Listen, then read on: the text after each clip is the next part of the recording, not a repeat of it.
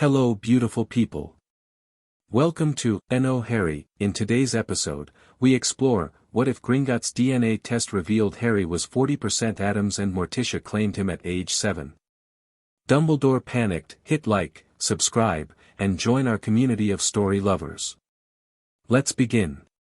Chapter 1, The Test. The letter arrived on a Tuesday, which Dumbledore had always considered a reliable sort of day. He was sitting behind his desk at Hogwarts, fingers steepled, half listening to Fawkes trill something melancholy from his perch, when the envelope appeared on the blotter between two stacks of correspondence. No owl. No postmark. It simply materialized the way Gringotts' correspondence always did, with the quiet, absolute authority of an institution that had been operating longer than most governments and trusted precisely no one. The seal was a goblin's fist closed around a vault key. Official business. Dumbledore read it twice. Then he set it down very carefully, the way a man sets down something he suspects might be made of glass, and looked at the ceiling for a long moment. The letter was a courtesy notification.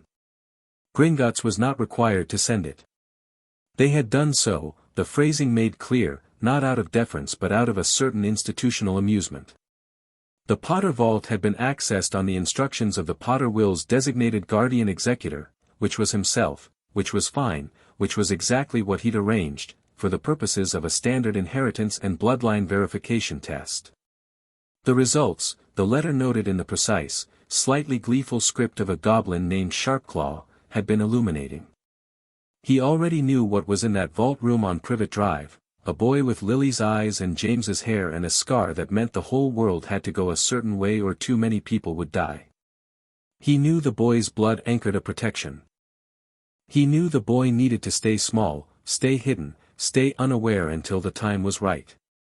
What he had not known, what Sharpclaw's letter now informed him with barely concealed institutional glee, was that Lily Evans Potter had not been entirely what anyone thought she was. 40%. The number sat in the middle of the page like a stone dropped in still water. 40% Addams. Dumbledore sat very still for 3 full minutes. Fawkes stopped singing. Then he stood up, swept the letter into the fire, and reached for a handful of flu powder. He was already running the calculations, already building the response, already thinking 3 moves ahead the way he always did. He did not think, not once in those 3 minutes, about what a 7-year-old boy might want. The morning had started the way Harry's mornings always started, which was badly. Aunt Petunia woke him at 6 by rapping twice on the cupboard door, not knocking, rapping, the way you'd knock on a table to get a dog's attention, and informing him that the lawn needed edging before breakfast. It was July. The grass was wet with dew and the edging shears were adult-sized and the job took him until nearly 8 o'clock, by which point Dudley had eaten most of the eggs and Harry got the burnt toast and the end of the orange juice. He was 7 years old today.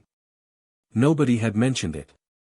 He sat at the kitchen table and ate his burnt toast and watched Dudley bang a new toy truck against the table leg and thought about the dream he kept having, the one with the green light and his mother's voice, except he didn't really remember his mother's voice, so probably his brain was making it up, which made him feel both guilty and very alone in a way he didn't have a word for yet. Uncle Vernon appeared in the doorway at 7:30 with his jacket on and his briefcase in hand and looked at Harry the way you look at a piece of furniture you've moved to a slightly wrong spot. "Boy," he said. "Yes, sir. There's a man coming to take you somewhere today. You will go quietly, you will not make a fuss, and you will not do anything." He said anything the way he always said it, heavy and specific and aimed directly at the incidents that shall not be named, the ones involving spontaneous hair regrowth and a teacher's wig and the school roof. "Do you understand me?" "Yes, sir." Vernon left. Petunia didn't look up from her magazine. Dudley had moved on to banging the truck against Harry's chair leg specifically, grinning, and Harry ate his burnt toast and thought, a man is coming to take me somewhere. He didn't know whether that was good or bad. He'd learned not to assume. The man was named Quirinus Quirrell and he arrived at 10 o'clock with a nervous smile and slightly damp hands and a letter from someone named Albus Dumbledore that Harry was not shown. He wore a turban that smelled faintly of garlic, and he kept glancing at Harry's forehead in a way that made Harry feel like a piece of paper with something written on it. "It's just a quick trip," Quirrell said, in his odd, stuttering way. "Just a routine matter. Won't take more than an hour." "Where are we going?" Harry asked. "London. The bank." Quirrell smiled again. "Gringotts." Harry had never been to London. He had never been to a bank.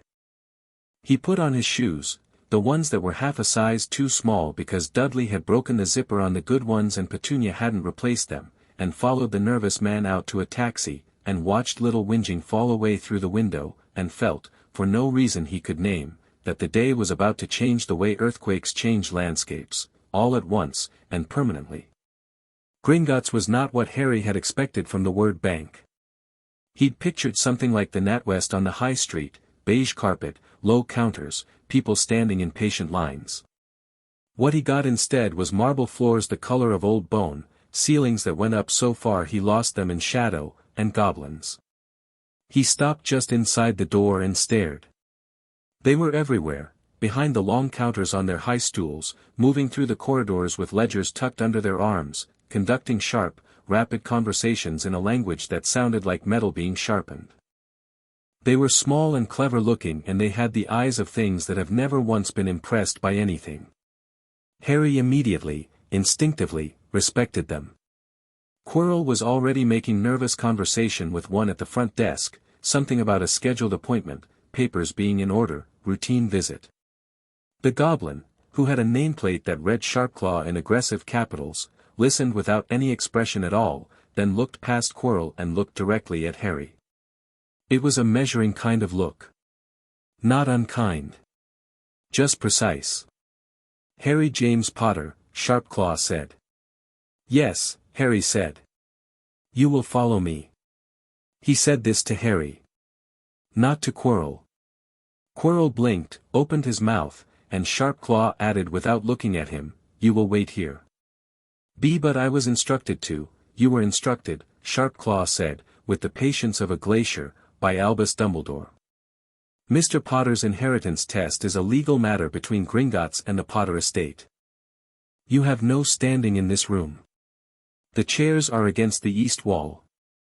He gestured. "They are quite comfortable. 4 human chairs." Harry followed Sharpclaw through a door behind the main counters and tried not to look too interested in everything, because he suspected that looking too interested was somehow rude in here, and he didn't want to be rude. He was already liking this place in a way he couldn't articulate. The room they entered was small and round and smelled of copper and old stone. There was a table in the center with a shallow stone bowl on it. A second goblin was already there, older than Sharpclaw, with a face full of the kind of wrinkles you only get from decades of precise, controlled expression. "Mr. Potter," said the older goblin. "I am Ragnarok. I am the chief of inheritance arbitration for the British branch. Please sit." Harry sat.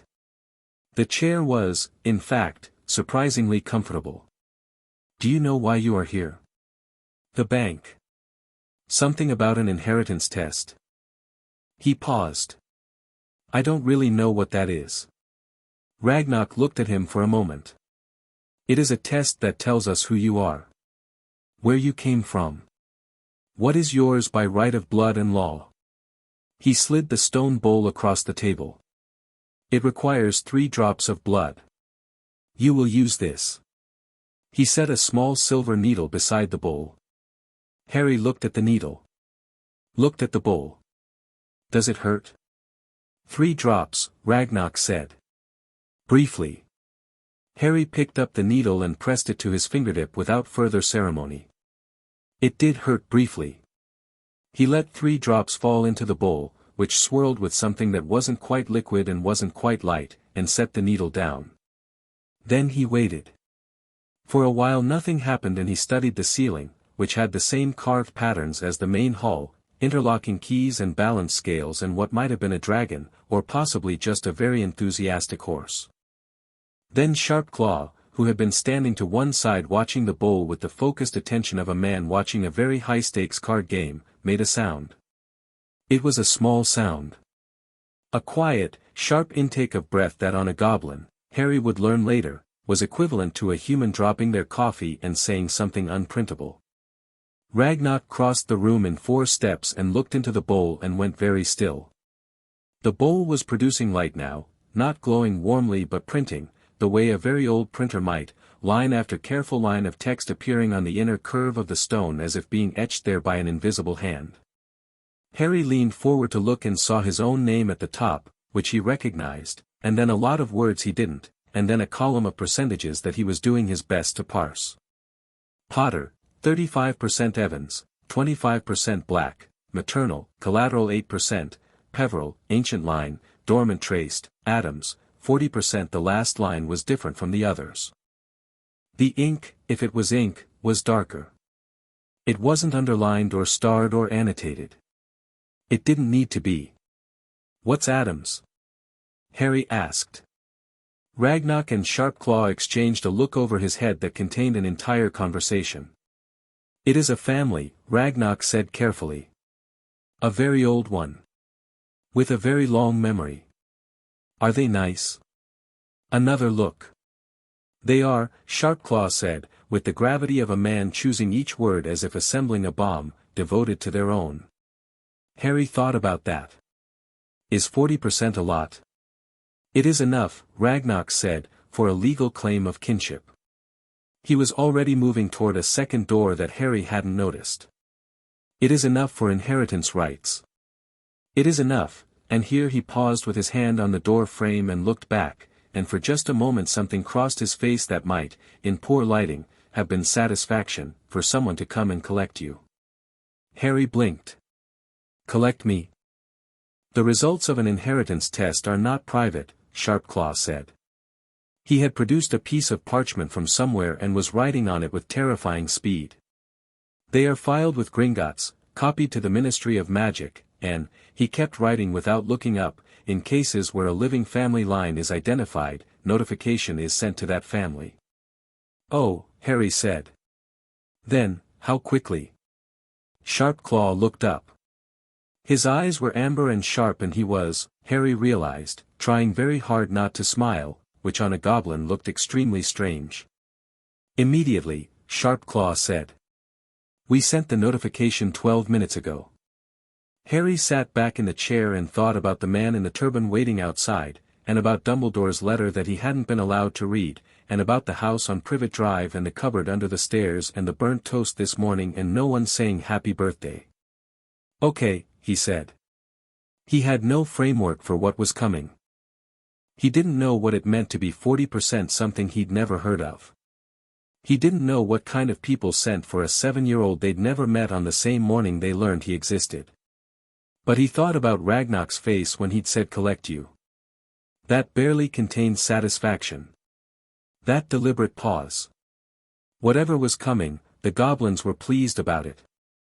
And Harry had the strong intuition, sitting in his 2 small shoes in the most extraordinary room he'd ever been in, that the goblins were not easily pleased and they were not pleased by bad things. He settled in to wait. Outside, in the main hall, Quirrell was sweating.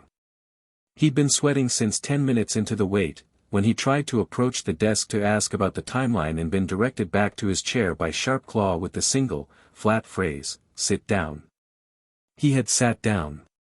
He had been sitting for 40 minutes now, which was 38 minutes longer than he'd been told this would take.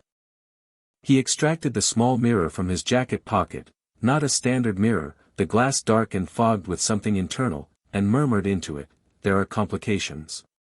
The response that came back was not words exactly. It was more like a pressure, like a hand closing around the base of his skull, and it communicated very clearly, "There are no complications.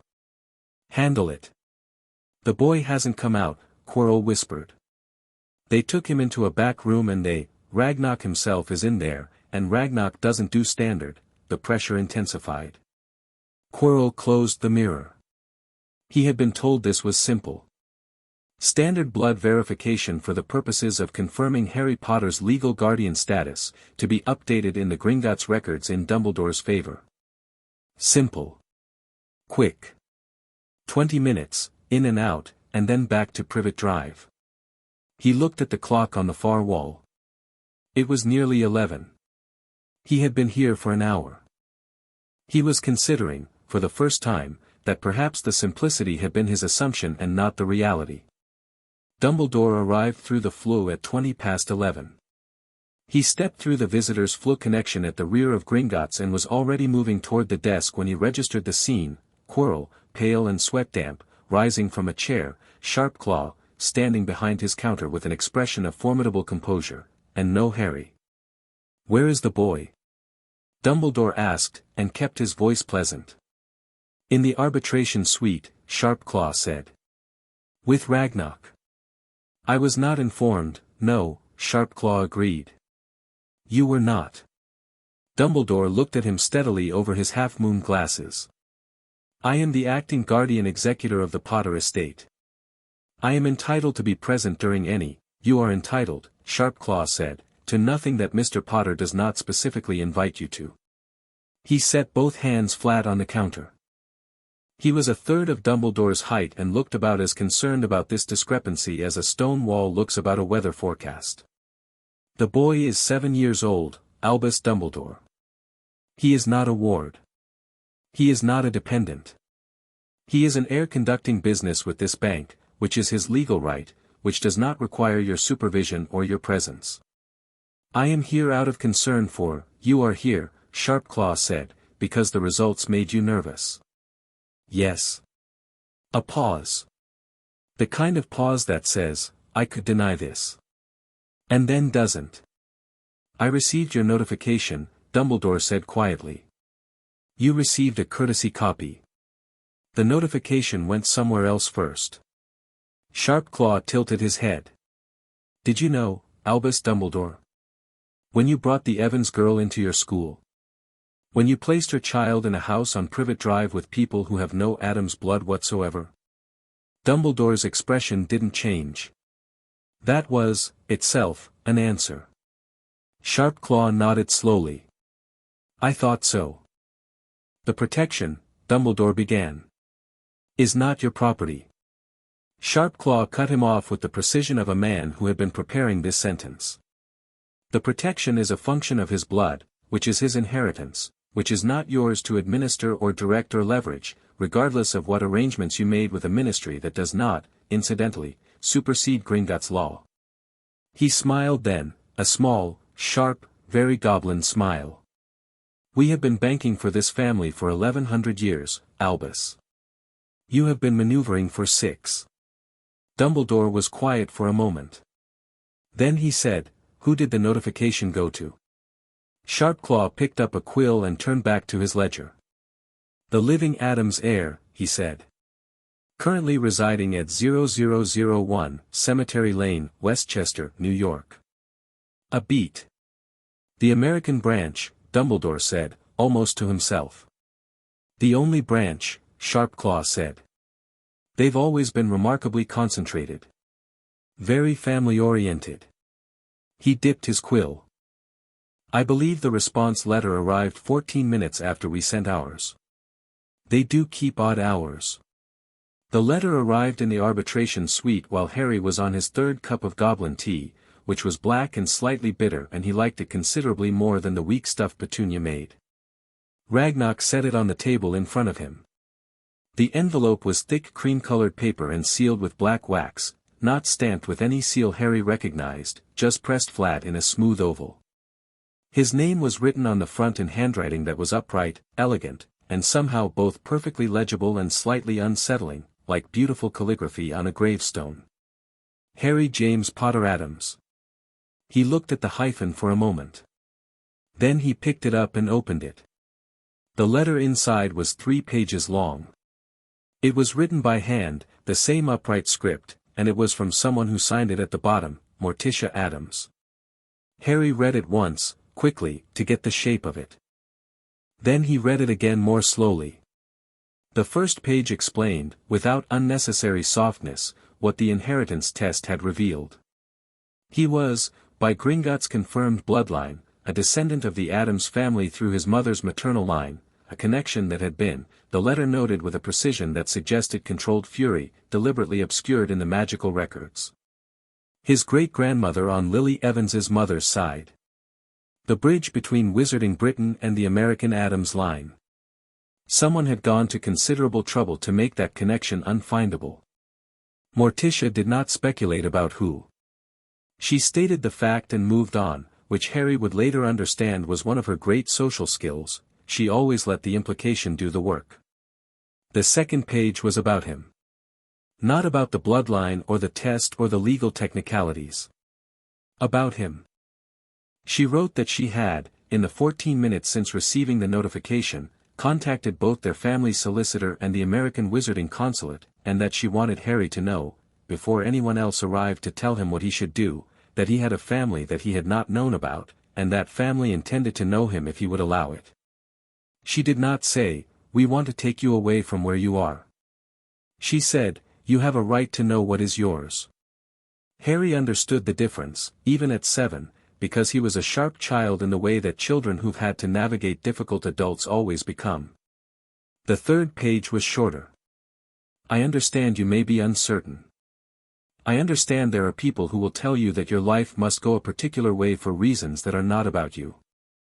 I want you to know that those reasons are not yours to carry. You did not choose this world's problems. You are 7 years old. My daughter Wednesday is also 7. She has already asked me twice since I began this letter whether you know how to use a crossbow. We would very much like to meet you, Harry. The choice, as it has always been, is yours." Morticia Addams. Harry read the last page a third time. Then he looked up at Ragnarok, who had been standing across the room with the discretion of a very good banker, pretending to examine a ledger. "Can I meet them?" Harry asked. "They are," Ragnarok said, not looking up from his ledger, "already in London." Harry set the letter down.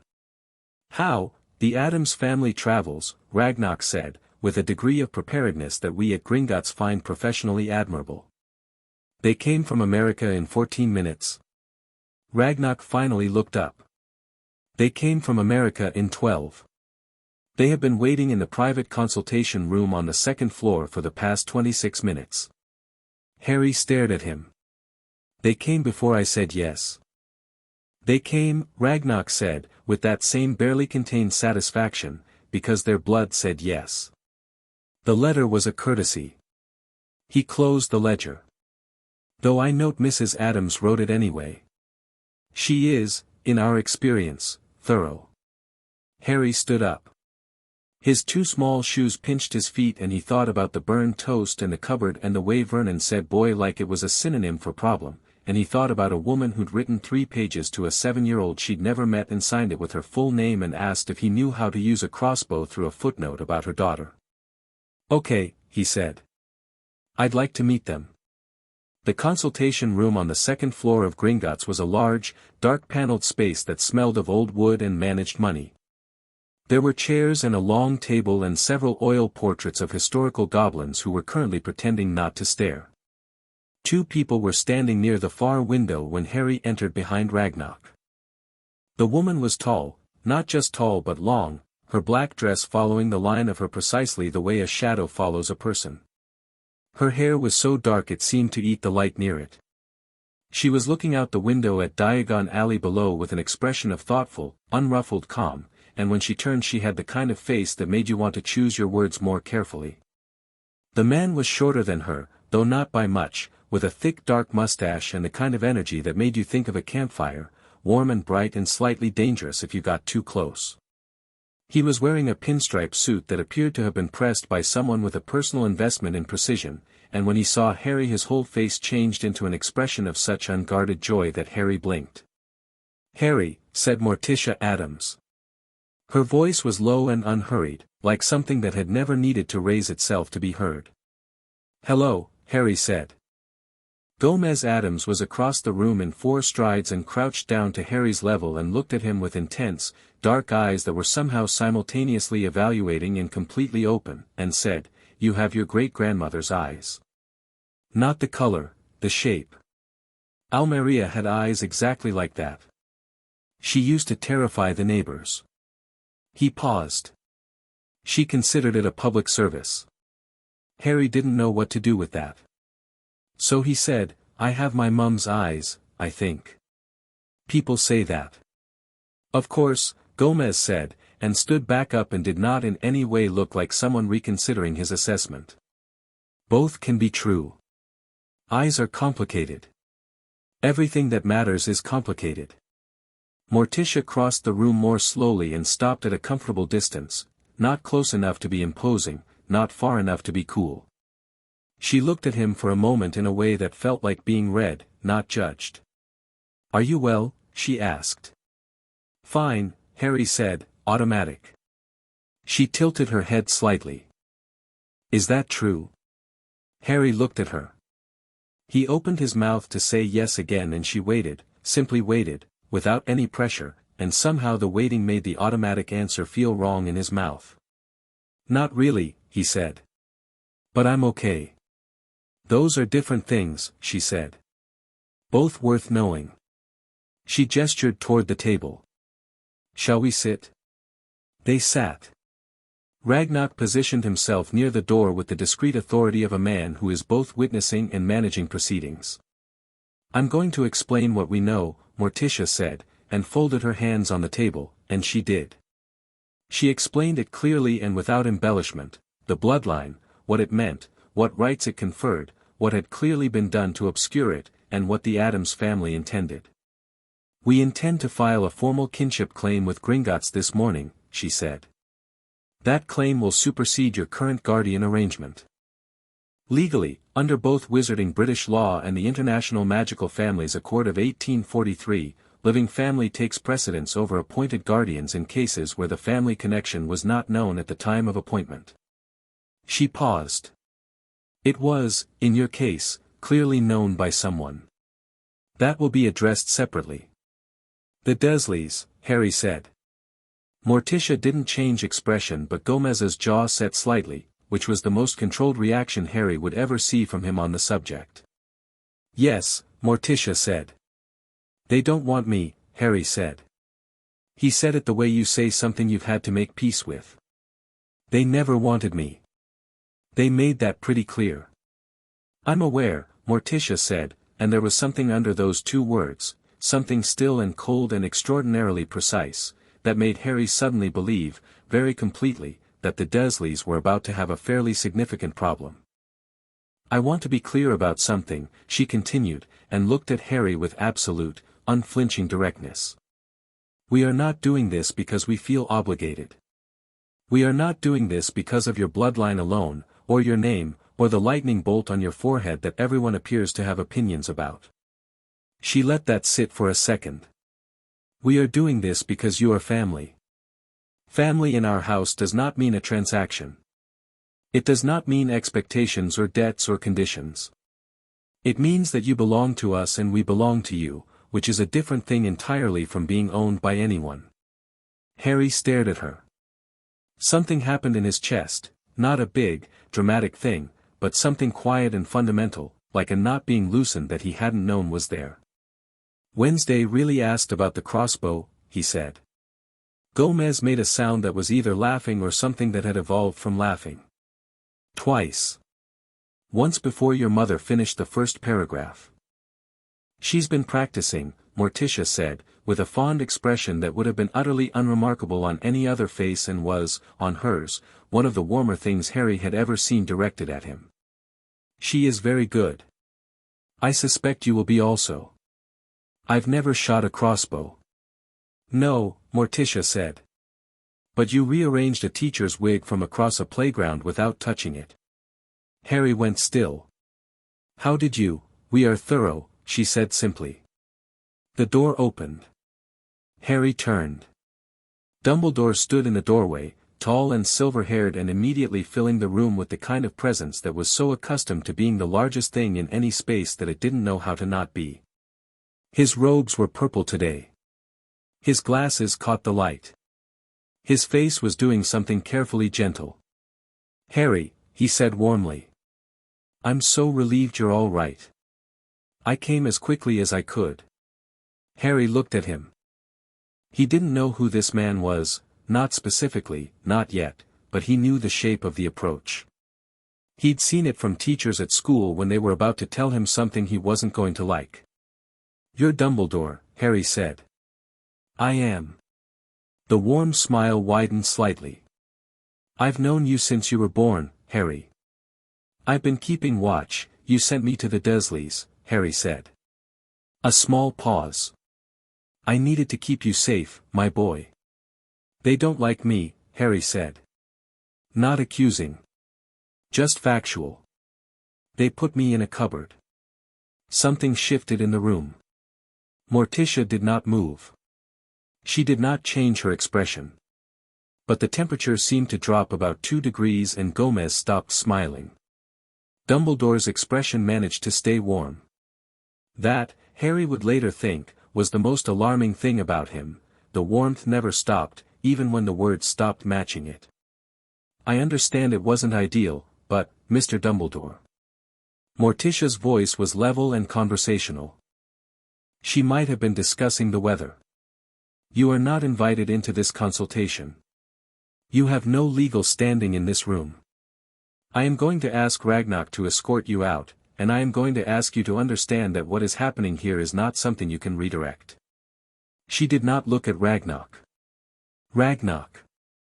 "Of course," Ragnarok said, with a satisfaction so deep it was practically geological, and crossed to the door. Dumbledore looked at Harry. Really looked at him, and in that look Harry saw something complicated and real and genuinely afraid. Not of Harry. For him. For something. For some shape of the future that Dumbledore was holding in his head like a china plate. "Harry," he said quietly. "I need you to understand that there are things in play here that are larger than, I'm 7, Harry said. Dumbledore stopped. "I'm 7, Harry said again. "And my family is here." He looked at Morticia and Gomez and then back at Dumbledore. "Can we do the paperwork now?" He said this last part to Ragnarok. Ragnarok smiled, actually smiled, which was a more alarming sight than most people are prepared for on a goblin, and said, "Absolutely, Mr. Potter Addams. Right this way." Dumbledore stood in the doorway and watched Harry walk to the table, and watched Morticia place one elegant hand briefly on Harry's shoulder as he passed, and watched Gomez produce a fountain pen from his jacket with the enthusiasm of a man drawing a sword. He left. Quietly. Without being asked a second time. Which was, Ragnarok would note later in the margin of that day's ledger, the smartest thing Albus Dumbledore did all morning. The paperwork took 2 hours. Harry signed things he mostly understood and some things he didn't, and Ragnarok explained the ones he didn't without making him feel stupid for not knowing, and by the time it was done Harry had a legal copy of his full inheritance record, an Addams family name appended to his own, a Gringotts account key that was his and no one else's, and a small blue card that identified him as a ward of the Addams household. When they walked out through the front doors of Gringotts onto the cobblestones of Diagon Alley, the summer air hit Harry's face warm and bright and smelling of things he hadn't encountered yet, magical things, potion ingredients and owl feathers and something that smelled like lightning. He stopped on the top step and looked at it. All of it. This world that apparently half belonged to him. Gomez appeared at his shoulder. "First time in Diagon Alley?" "Yeah." "Marvelous." Gomez sounded like he meant it completely. "We should buy you a proper birthday gift. Something with blades, I think." "Morticia?" "An excellent instinct," she said, descending the steps beside them. She glanced down at Harry. "How do you feel?" Harry thought about it. His feet still hurt from the shoes. He was still a little hungry. He didn't entirely understand what had just happened or what his life was going to look like in a week. But he also thought about 3 pages of handwritten letter from a woman who called him family without asking for anything in return. He thought about a 7-year-old girl who wanted to know if he could use a crossbow. He thought about Ragnarok's face when he'd said collect you. "Different," he said. "Good different." Morticia nodded, as if this was the correct answer, which perhaps it was. "Then," she said, "let us go meet your world." They walked down into Diagon Alley together, the three of them, and the crowd parted the way crowds always part for the Addams family, not from hostility, exactly, but from that ancient, pre-rational awareness that some things are not quite tame, and are not trying to be, and are magnificent because of it. Behind them, at the entrance to Gringotts, Sharpclaw watched them go. He picked up his quill. He wrote one line in the day's administrative log, crisp, professional, exactly 16 words, bloodline test confirmed. Kinship claim filed. Notification delivered. All relevant parties now in possession of correct information. Then, because no one was watching, he smiled. Chapter 2, Wednesday's knife. The Addams house did not appear on any map. This was partly because it predated most cartographic conventions and partly because the house itself seemed to object to being documented. Several surveyors over the years had attempted to include it in property records and found their measurements coming out wrong, not wildly wrong, just subtly, persistently, personally wrong, as if the house was moving slightly each time they took a reading, the way a cat shifts when you try to photograph it. 0001 Cemetery Lane was the address on the mailbox, which stood at the end of a long iron-gated drive and looked like it had been there since before the concept of mail. The gate itself was wrought iron formed into shapes that might have been decorative or might have been a warning, depending on your general relationship with warnings. The grounds between the gate and the house were a particular kind of beautiful, the kind that happens when things are allowed to grow exactly as they want to without anyone fussing, so you got yew trees twisted into shapes that cast shadows like open hands, and rosebushes gone architectural with their thorns, and somewhere beyond the left hedge, a sound like something either digging or being dug up. Harry stood at the gate and looked at all of this for a long moment. Morticia was watching him with the particular attention of someone who understands that first impressions are not just reactions but decisions. "It's great," Harry said. Gomez, who had been watching him with barely contained parental anticipation, exhaled with the relief of a man who has been holding his breath for 8 hours of transatlantic travel. "You see it," he said, and grabbed Harry's shoulder with one hand and pointed at the house with the other, as if presenting evidence. "Cara mia, he sees it. He has Addams' blood," Morticia said. "He was always going to see it." Harry was already pushing the gate open. It gave a groan that a different child might have found ominous and Harry found deeply, personally satisfying, the way you're satisfied when a sound matches a visual exactly right. The front path was flagstone, uneven, and lined on both sides with something that Harry was fairly sure was carnivorous. The plants tracked his movement with a slow, interested lean. He tracked them back. After about 6 feet of this mutual assessment, the plants seemed to decide he was either not food or not worth the trouble of eating, and they settled back into general lurking. At the front door, tall, dark wood, brass knocker in the shape of a hand with too many knuckles, Harry stopped and looked up. There was a face in the second-floor window. Just for a moment, pale and still and looking directly down at him with dark eyes and an expression of absolute, calibrated evaluation. Then it was gone. Harry looked at the window for another second. Then he knocked. The door opened. The man who opened it was large enough to make the door frame seem like a design choice rather than a standard measurement, and he had the face of someone who had decided, at some point in the distant past, that expressions required more energy than they were worth and had never revisited this decision. "Lurch," Gomez said warmly, clapping him on the arm. "This is Harry." Lurch looked at Harry from a very significant altitude. "Hello," Harry said. "MRMMGH," said Lurch, which was, Harry would learn, his entire vocabulary, deployed with considerable nuance. "He says welcome to the house," Gomez translated. "He says he'll carry my bags." Harry tried. "MRMMGH. He says yes," Gomez confirmed, brightening. "Good ear."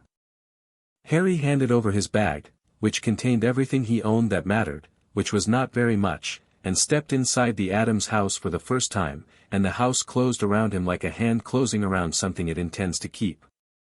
The entry hall was large and dark paneled with a floor of black and white tile and a staircase that went up at an angle that seemed slightly steeper than physics preferred. The chandelier overhead was iron and enormous, and several of its candles appeared to be burning in colors that candles usually don't, including one persistent purple flame at the far left that Gomez told him, with great pride, had been burning continuously since 1896. There was a suit of armor in the corner that moved when Harry looked directly at it. A painting on the wall of a woman in Elizabethan dress who watched him with intelligent, slightly narrowed eyes. A grandfather clock that was ticking in 3/4 time, which is not how clocks usually tick.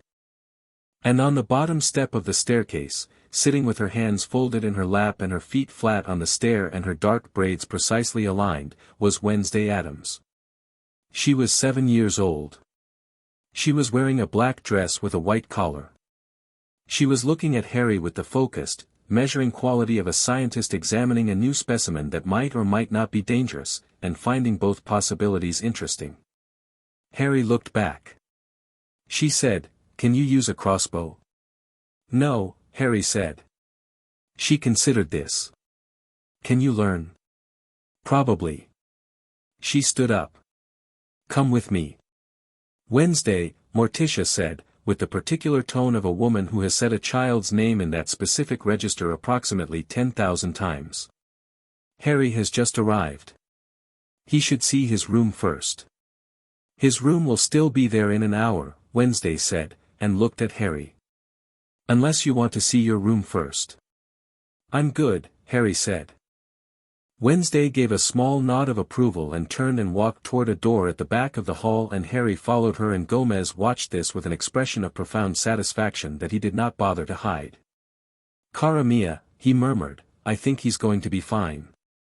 The room behind the door was a long, low-ceilinged space at the back of the house that opened through French doors onto a stretch of back garden, and it held, among other things, a practice dummy bristling with crossbow bolts, a weapons rack along one wall, a small table with a chemistry set that was producing fumes in colors that made Harry's eyes water pleasantly, a taxidermied something in the corner that was either a bear or an ex-bear or possibly something that had never been a bear, and a crossbow on the table beside the chemistry set.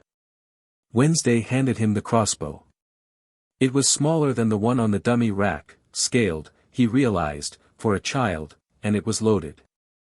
She pointed at a paper target tacked to the far wall. The target was not a standard circle and rings target.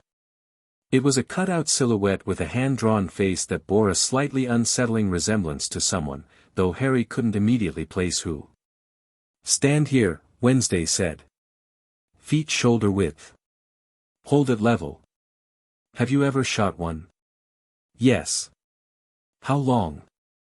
"Since I was 4. She paused. "I wasn't very good at 4. Harry looked at the dummy bristling with bolts, most of them clustered in a 3-inch radius on the chest. "How old are you now?" 7. "And you're good now?" "I'm accurate now," she said, as if these were different things, which Harry was starting to suspect they were. "Being good takes longer." He raised the crossbow. She adjusted his grip once, precisely, 2 fingers repositioned and a slight correction to his elbow angle, and then stepped back and said nothing. He shot. The bolt hit the target slightly right of center, an inch above the heart zone. Wednesday looked at it. "Your right shoulder is higher than your left." "My cousin used to grab me by that shoulder," Harry said, which came out more flatly than he'd intended, just information, and Wednesday looked at him with a brief, level look that contained no pity whatsoever, which was exactly the right amount of pity. "That'll correct itself," she said. "Shoot again." He shot 4 more times. By the 5th bolt he'd grouped 3 of them within 2 inches of each other, which he felt reasonably good about, and Wednesday, who had been watching with her arms folded and her head tilted, said, "You have natural spatial intuition." "Is that good?" "It means you can see where the bolt should go before you shoot," she said. "Most people have to learn that. You already have it."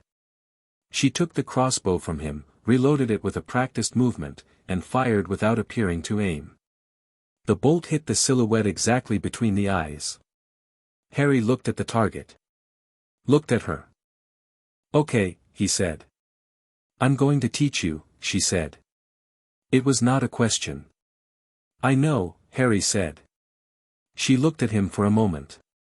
Then she said, with the gravity of someone delivering a formal statement, "Most people don't like it here. I like it here. You've been here for 10 minutes. I liked it from the gate," Harry said. Wednesday was quiet for a second. The gate frightened the last person who came to the house. Who was that? A social worker. She reloaded the crossbow again. She came about Pugsley. What happened to her? Nothing permanent, Wednesday said, and handed him the crossbow. Again. Pugsley appeared at dinner. He was broader than Wednesday and possessed of a cheerful, round-faced energy that made him look like someone had asked for a Wednesday and been given a birthday party instead. He arrived at the table already eating something from a bag that made a periodic crunching sound and dropped into the chair across from Harry with the uncomplicated friendliness of a golden retriever who happened to also know how to build pipe bombs. "You're Harry," he said. "Yeah. Wednesday said you can almost shoot." He sounded impressed. "I've been shooting for about 2 hours." She said you're a natural. He said it the way you announce something official. She doesn't say that. Harry glanced at Wednesday, who was sitting to his left and consuming her soup with methodical precision. She gave no indication that she'd heard this or found it meaningful, which Harry was starting to understand was her version of confirmation. Dinner was extraordinary. Not in the way that Hogwarts dinners would later be extraordinary, vast and warm and designed to comfort, but extraordinary in the way that food is when it's been made by someone who considers cooking a form of deliberate art. There were things Harry didn't recognize and things he recognized from descriptions he'd read in books and one thing that he was pretty sure was still moving slightly, and all of it was extraordinary, and he ate more at that table than he had eaten in any single meal in his entire life. Gomez sat at the head of the table and conducted the dinner like an orchestra, asking Harry questions about what he liked and what he'd seen and what he wanted to know, with the enthusiastic, inclusive energy of a man who considers every conversation a new adventure. He talked with his hands, frequently both at once. He knocked over a candle at one point and it kept burning on the tablecloth for a moment before Morticia extinguished it with a look, and Gomez watched the extinguishing with an expression of fond appreciation that seemed directed equally at the flame and at her. "Harry," Gomez said, pouring something dark into a glass and sliding it across, "Gringotts tells us you've been showing magical ability since you were about 3. "Things happen sometimes," Harry said, cautiously. "I don't mean to." "Of course you don't," Gomez said, "because you haven't been taught. That's different from can't." He leaned forward. "Magic in this family is ancestral. The Addams line is old, older than the formal wizarding structures in Britain, older than most of their categorizations. What we do is not precisely what they do." He tilted his head. "You've heard of Hogwarts?" "My letter," Harry said, and then stopped. Gomez waved a hand. "You won't receive your letter for 4 more years, and when you do we'll discuss what to do with it. There's no urgency. What I'm saying is," he tapped the table, "what runs in you is not just the normal witchcraft and wizardry of a British magical education. It is something older. It needs to be developed on its own terms." "What terms?" Harry asked. "Our terms," Morticia said, from across the table. She had been listening while serving herself from a dish that appeared to contain something preserved in very dark liquid. "You will learn. You will learn properly, from us, before anyone else puts their framework on top of it." She looked at him steadily. "Is that acceptable?" Harry thought about his burned toast and his 2 small shoes and the 7-year-old who had handed him a crossbow and adjusted his elbow angle and said again. "Yes," he said. "Good," she said. And served him next. That first night, Harry lay in a bed that was the largest and most comfortable thing he'd ever slept in, black iron headboard, dark covers that were somehow both heavy and cool, a window looking out onto the garden where something was moving through the shadows in a way that was either a very large dog or a small something else, and stared at the ceiling and took inventory. He was in a house that made sounds. Not disturbing sounds, mostly, the kind of creaks and ticks and subterranean groans that old houses make when they're settling into their opinions about the night. There was one that kept repeating from somewhere 2 floors up, a rhythmic thump like someone doing something deliberate up there, but when he'd mentioned this to Wednesday during a brief post-dinner conversation she'd said, "That's Pugsley," with the calm of someone who has long since made their peace with it. The room had bookshelves. 3 walls of them. He'd looked at the titles, not all of them made sense, some were in languages he didn't recognize, and one section was in a script that appeared to move when you looked away, but there was enough he could read to keep him occupied for approximately the next geological era. There was also a small desk and, on the desk, a card. He'd picked it up. It was from Wednesday. It read, "Training begins at 6 a.m. Be on time or I start without you." It was signed with a small, precise W. No explanation of what training, which Harry found entirely fair because he suspected the answer was everything. He thought about Dumbledore. About the careful warm voice and the expression that had stayed warm even when the words were off. He thought about a man who knew where he'd been for 7 years and chose to leave him there. He thought about the Dursleys and the cupboard and the fact that not one single person had said happy birthday today except Morticia, which she'd done quietly as he went upstairs, just those 2 words, just happy birthday, Harry, in a voice that meant exactly what it said. He turned over and looked at the moving shadow in the garden below. The shadow looked back up at him. It had eyes. Green eyes, which struck him as interesting. It regarded him for a moment with the calm of something that was deciding whether he belonged there, and then it turned and walked into the yew trees and was gone. "I'm staying," Harry said, to the empty room. The room, in its way, seemed to already know. He was at the back door at 5:58 a.m. and Wednesday was already there, sitting on the stone step with her hands folded, crossbow on the ground beside her, and she looked up when he arrived and said nothing about the timing. They shot for an hour. Then Wednesday put the crossbows away and produced 2 wooden practice swords and said, "Father will teach you proper fencing but first you need footwork." She showed him the footwork without explaining why first, which was her standard pedagogical approach. Here is the thing, do the thing, understand the thing later when your body already knows it. It was, Harry found, extremely effective. Gomez arrived at 8 o'clock, fresh and immaculate and carrying an actual sword in a scabbard, and looked at Harry's stance and said, "Wednesday taught you the footwork. Magnifico. Now we add everything else." The fencing lesson lasted 2 hours and was one of the best things Harry had ever experienced, mostly because Gomez treated being disarmed or knocked down as an occasion for celebration. "Excellent fall. You protected your wrist. Again." After lunch, which was itself eventful because Uncle Fester arrived halfway through, appearing in the kitchen doorway with the energy of an explosion in a comedy film, and he and Gomez immediately had 3 overlapping conversations at once while simultaneously pulling Harry into all of them. Morticia appeared at the kitchen door and said, "Harry. Lessons."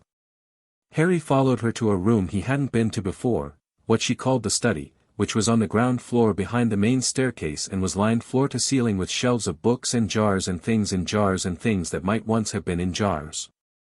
There was a large oak table with 2 chairs, and on the table when he sat down, no textbook. Just a small pot of earth, a dried flower, and a single black candle unlit. Morticia sat across from him and placed her hands flat on the table. "What do you know about what you can do?" she asked. "Not much," Harry admitted. "Things happen. I can't control them." "What kind of things?" He listed them. The hair growing back. The teacher's wig. The incident on the roof. A few smaller things, lights flickering when he was upset, plants leaning toward him, a time when Dudley had shoved him into a wall and Dudley had bounced instead, which Harry had always thought was his own imagination. Morticia listened to all of it without interruption and without any expression of surprise.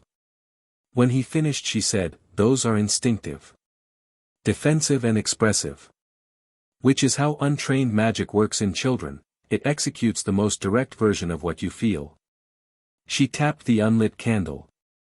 The Addams tradition doesn't separate magic from the way British wizarding education does. It doesn't compartmentalize. It asks you to understand what you want and then want it correctly. What does wanting correctly mean? It means understanding what you're asking for and why. She paused. Light the candle. Harry looked at the candle. He'd never deliberately done anything magical in his life. It had always been accidents, responses, things that happened to the world when he was upset enough. He didn't know how to start. Morticia waited. She was very good at waiting, the kind of waiting that doesn't become impatience, that simply exists as a held space. Harry looked at the candle and thought about fire. He thought about the wanting of it, a small thing, just a flame, just a specific and particular flame here in this specific place. Not because he was scared or angry but just because he was asking for it. The candle lit. It was a small flame, slightly larger than a normal candle flame, and it burned with a faint violet tinge at the base that faded to orange at the tip. Morticia looked at it. Then at him. How did that feel? Easy, Harry said, and sounded surprised by this. Because it was, she said. You've been doing it wrong, being surprised by it, fighting it, treating it like a reaction. It's not a reaction. It's a faculty. She slid the pot of earth toward him. Again. Differently. 3 days into this, Dumbledore came. Harry was in the garden with Wednesday, not the back garden but the front, where the yew trees grew and the path was most uneven, because Wednesday had decided that footwork practice should happen on actual uneven ground and not on flat surfaces where footwork didn't actually matter. They were in the middle of a sparring bout, wooden swords, and Harry had gotten significantly better in 72 hours, which meant Wednesday had also gotten significantly harder to hit, and they were both sweaty and focused when the front gate opened. The man who came through was tall and silver-haired and purple-robed and held himself with the complete certainty of someone who has never had to adjust their expectations about their own welcome. He stopped when he saw them and arranged his face into something warm and slightly regretful, the way you arrange furniture for a guest. Harry lowered his sword. Wednesday did not lower hers. Harry, Dumbledore said. It's good to see you well. You came to the house, Harry said. I wanted to speak with you. And with the family, with Mr. and Mrs. Addams. He smiled. There are some things I think need to be discussed openly. They're inside, Harry said. You'll need to ask at the door. Of course. He didn't move. Harry, I want you to know that whatever you've been told about the decisions I've made, I made them to protect you. Everything I've done has been, in my interest. Harry said. Yes. I lived in a cupboard, Harry said. For 6 years. Dumbledore had the grace to look pained, which Harry thought was at least more honest than looking warm. I know. I know, and I'm sorrier for that than you may believe. The protection on that house, is a blood magic that I apparently carry in my own body, Harry said, which he'd learned from Morticia 2 days ago when she'd explained the full mechanics in clear, unpatronizing language. So it's mine. Not yours. Dumbledore looked at him for a long moment. Harry could see him recalibrating, not the feelings, whatever those were, but the approach. Shifting strategy. You're a very perceptive boy, Dumbledore said, and it sounded genuine, which was the complicated thing about him. I'm going to get Morticia, Harry said. He turned to Wednesday. Can you? I'll stay, Wednesday said, and did not take her eyes off Dumbledore. Harry went inside. When he came back 2 minutes later with Morticia and Gomez, Wednesday had not moved. Dumbledore had also not moved, which said something interesting about Wednesday at 7 years old. The subsequent conversation lasted 40 minutes and took place in the front parlor, which Gomez used for serious meetings because the furniture in there was both impressive and slightly hostile to people who were not family. Dumbledore sat in the one chair that faced all the others and kept his posture impeccable throughout. Harry sat beside Morticia. Dumbledore made his case. He was good at making cases. He presented the situation with the prophecy, vague, carefully vague, the blood protection, the importance of Harry being prepared for what was coming, the need for him to be part of the wizarding world specifically, the reasons why a certain upbringing in certain conditions was regrettable but strategically sound. He spoke for 20 minutes. Morticia listened to all of it without speaking. Then she said, "You used a child as a strategic asset. I used a tragic situation to ensure the best possible outcome for everyone. You knew his bloodline," she said. It was not a question. Dumbledore was quiet for a moment. There were records, yes or no? Another pause. Yes. You knew he had living family who had a legal right to him. The situation was complex, yes or no? Yes. And you chose, Morticia said, with the perfect stillness of deep water over something very hard, to conceal this. For 6 years. While placing him in a house with people who put him in a cupboard. She tilted her head. I'm trying to understand the part of this where the child's well-being factored into your calculations. The greater good requires, my cousin died, Morticia said, cutting him off clean, in a war that was predicated on one man deciding that some lives were worth more than others. I am not interested in the greater good as a justification for treating a child as a piece on a board. Her voice stayed level throughout this. It was more frightening than shouting. You are welcome to visit Harry with his permission. You are not welcome in this house without it. You will not contact him without going through us first. You will not attempt to influence his education, his living arrangements, or his opinions about his own future. She placed her hands in her lap. If you do any of these things, I will take the matter of the concealed bloodline records to both the International Magical Families Accord Committee and to Gringotts Legal Division, and I will do it publicly and thoroughly. Dumbledore looked at her for a long time. He was, Harry could see, not afraid. He was thinking.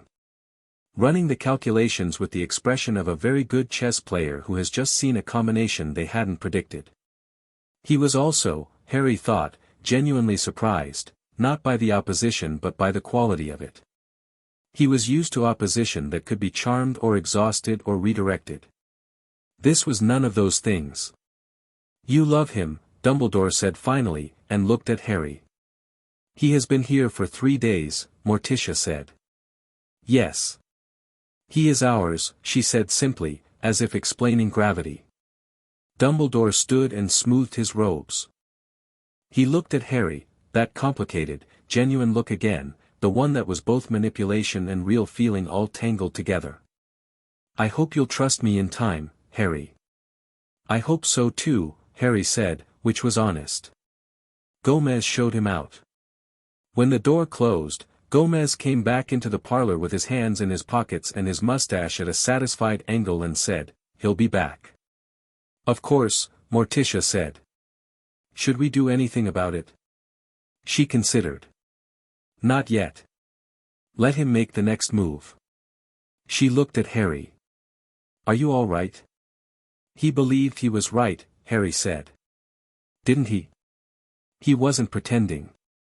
Morticia was quiet for a moment. Yes, she said. That is what makes him dangerous.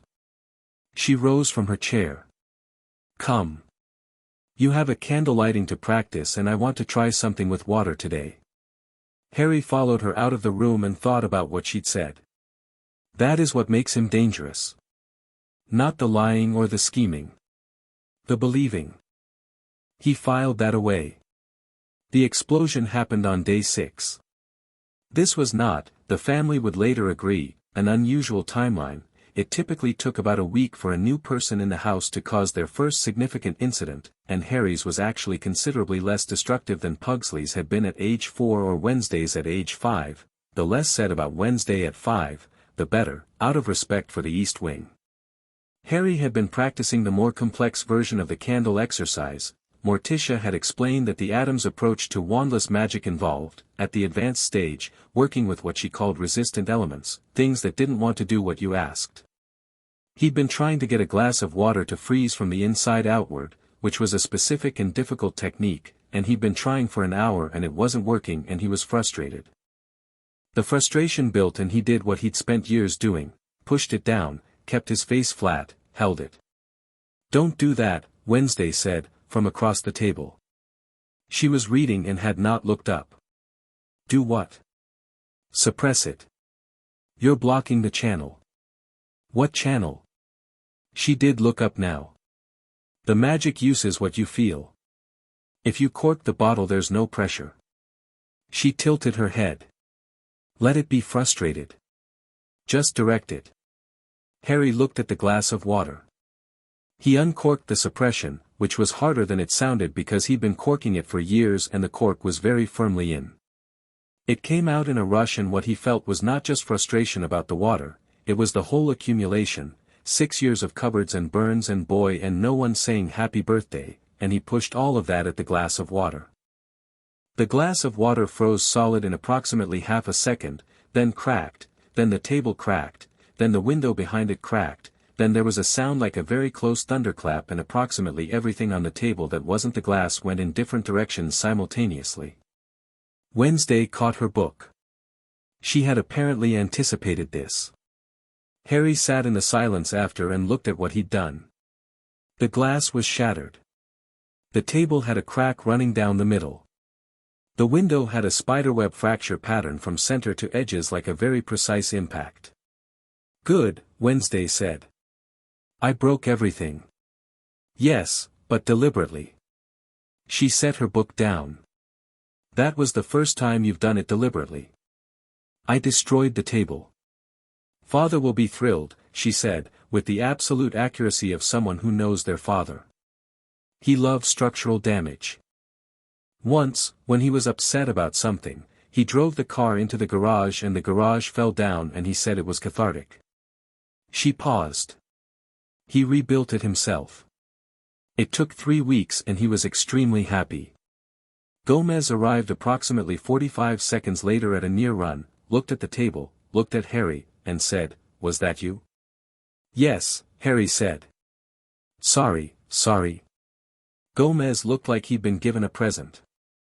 "Harry, my boy, do you know how long it took Wednesday to crack a table?"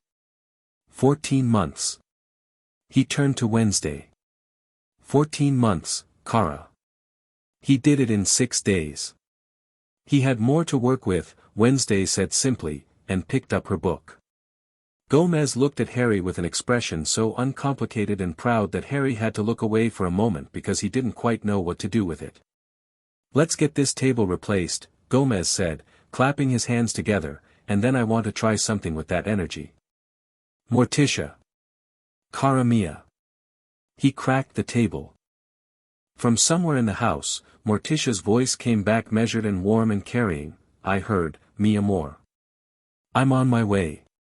Harry looked at the cracked table and the fractured window and felt, underneath the still present guilt of having broken things, something he'd never felt about his own power before. Not fear. Not shame.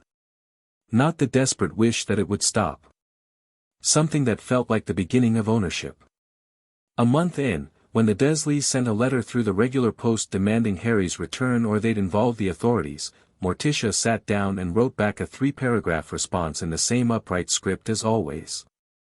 She did not show Harry the letter but she did read him the relevant section of the International Wizarding Families Accord that rendered the Dursleys' position approximately as legally meaningful as a strongly worded note from a houseplant. Vernon Dursley did not write again. Petunia did, once, about 3 months later. Her letter was shorter and stranger, not demanding, just a kind of exhausted acknowledgement that ran for half a page and ended with, "Just make sure he's warm enough." He always ran cold. No signature. Harry read it once. Sat with it.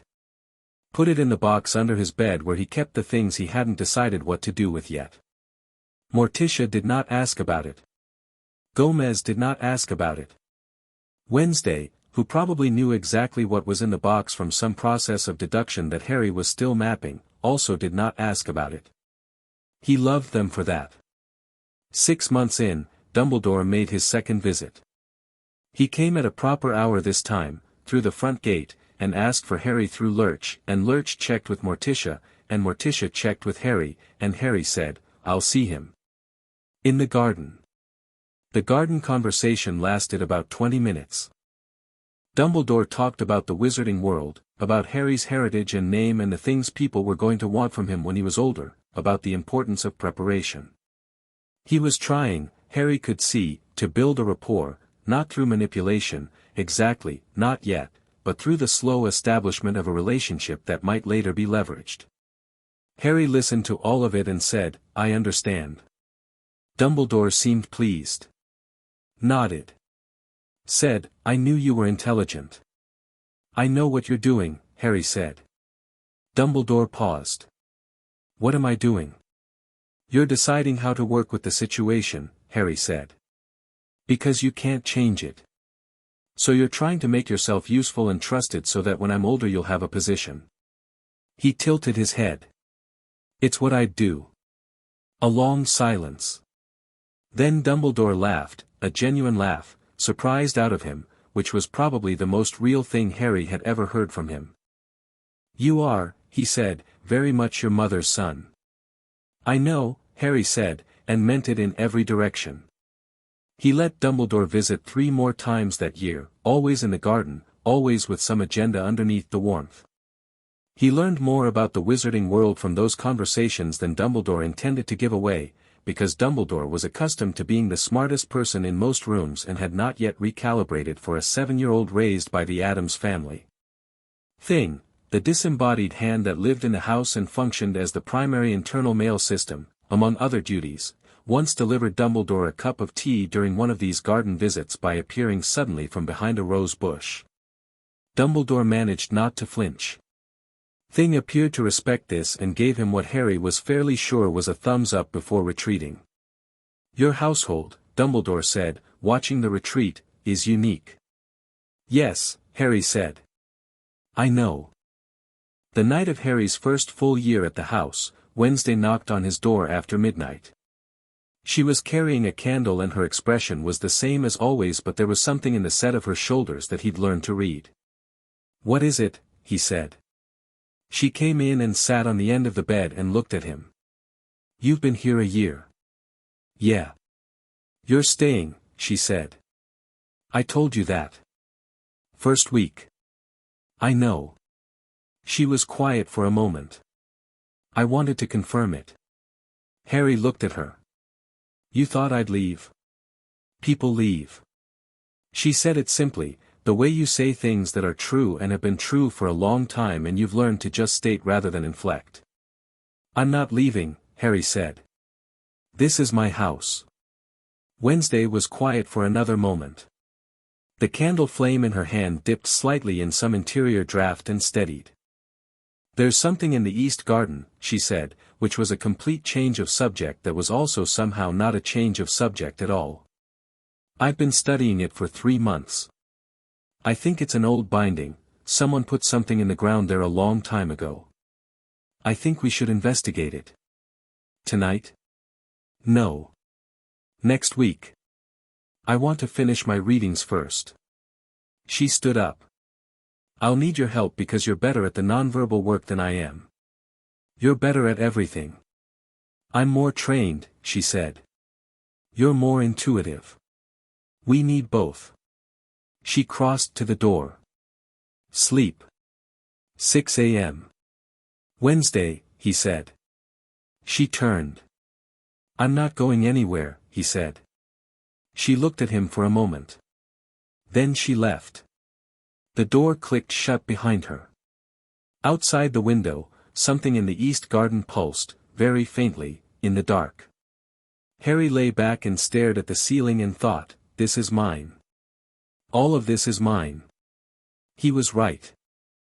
Chapter 3, The Education of Harry Addams Potter. The thing in the East Garden turned out to be a bound spirit, specifically, a 19th-century British wizard named Aldous Fitch who had, in a moment of tremendous overconfidence, attempted to bind himself to the Addams land to gain access to the house's accumulated magical energy, and had been counterbound so completely and immediately by the land itself that he'd been stuck in 6 square feet of topsoil for 130 years.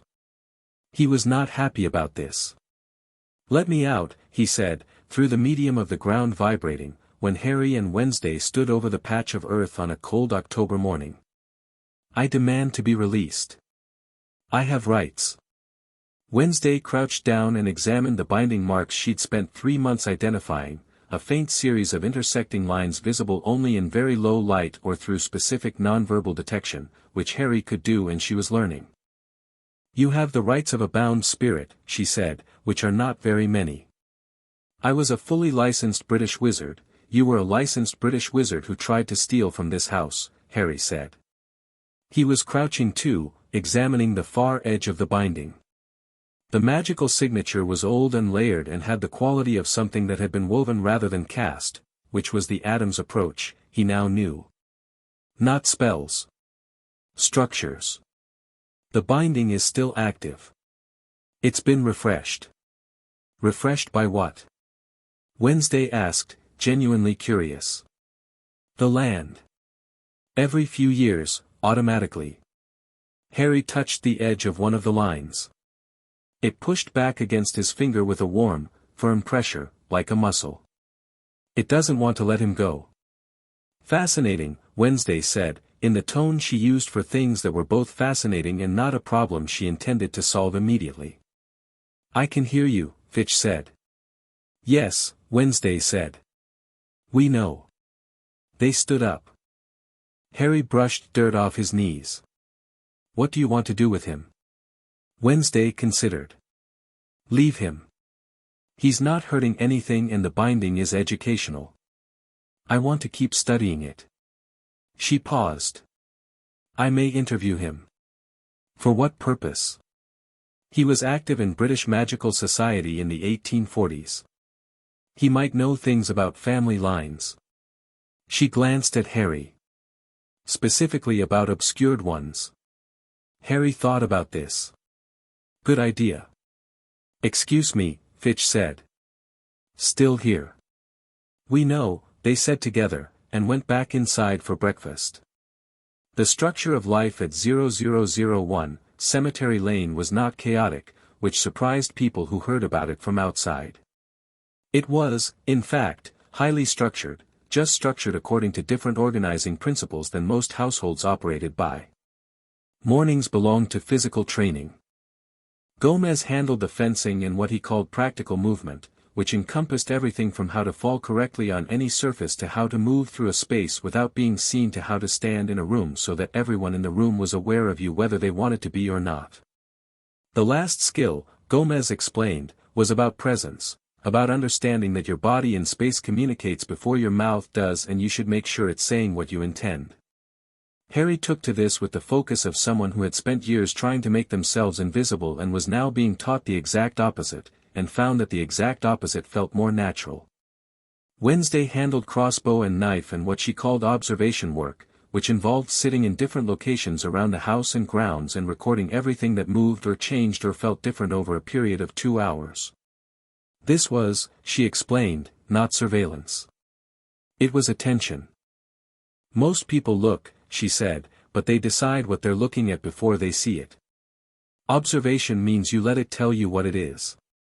Afternoons belonged to Morticia, and what happened in the study was not like anything Harry would later encounter in a British magical education. Morticia did not teach from books, though the books were there. She taught from principles, starting with the mechanics of will and intent and working outward through the specific expressions of Addams line magic, which was older and stranger and more structural than the wand and incantation approach. It was also considerably more powerful when properly understood, because it worked with the accumulated resonance of the family line rather than purely individual ability. "You are not just Harry," she told him, about 3 months in a way that was not meant to diminish him but to expand him. "You carry everyone who came before you. That is not a burden. It is a resource." By the end of the first year, Harry could light and extinguish any fire in a room without touching it. He could locate any living thing within a 100-foot radius with his eyes closed. He could feel the difference between magical signatures the way you feel the difference between textures, by touch, immediate, certain. He could stop his own involuntary magical responses cold, which meant that when he was angry, things only caught fire if he wanted them to. He was 8 years old. The letters from Dumbledore continued on a roughly monthly basis, addressed to Harry personally and arriving through the regular owl post because Gringotts had a block on unauthorized magical delivery to the property. They were always carefully written, never demanding, never overtly manipulative, full of information about the wizarding world and things Harry might find interesting. Harry read all of them. He was building a picture. He also, at Morticia's suggestion, began writing back. Not warmly. Not coldly. Just accurately, he answered what was asked, volunteered nothing, maintained a correspondence the way you maintain something you're watching.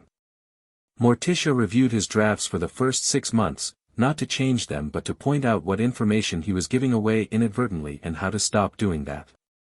You mention your training, she said once, indicating a line in a draft. I was explaining why I don't need the Hogwarts curriculum as early as, you were explaining, she said, which means he's asked a question that made you feel you needed to justify yourself. She set the draft down. You never need to justify yourself to him. When he asks a question that makes you feel you do, that feeling is the answer. Something in the question is designed to make you feel insufficient. Harry looked at the question in the letter. I do hope you're finding the time and resources for a proper magical education, Harry. It's so important at your age. He reread it. Felt the structure of it. Felt exactly what Morticia meant. He's good, Harry said. He's very good, she agreed. And he's doing it because he genuinely believes you need directing, not because he's malicious. That makes it harder to see. She tapped the draft. Write back. Don't justify. Don't respond to the implication. Answer the surface question only, briefly, and move on. Harry wrote back, my education is going well, thank you. I hope yours is also. He felt unreasonably satisfied by this, and Morticia, reading the final draft, made a sound that in anyone else would have been a laugh. The summer Harry turned 9, Gomez took him to France. This was not a vacation in any conventional sense. It was partly a fencing tournament. There was an annual gathering of practitioners of an old French magical dueling tradition that Gomez had been attending for 30 years, and partly what Gomez called worlding, which meant experiencing the magical world beyond the British framework that Dumbledore's letters always implicitly presented as the center of everything. They took the Addams car, which was large and black and old enough that it had an opinion about routes and expressed it through steering. The ferry crossing was smooth, and the French magical community received Gomez with the warmth reserved for people who are both well-known and genuinely enjoyable at parties, which Gomez was, in the way that a very enthusiastic fire is enjoyable at a party as long as you're not standing too close. Harry watched everything. The French magical quarter of Paris was organized differently from Diagon Alley, less hidden, more layered into the city, so that you moved between magical and non-magical spaces through transitions that were more like walking through a curtain than through a brick wall. The practitioners he met were formal and precise and treated magic as a discipline rather than an inheritance, which was different again from the Addams approach. What's the right way?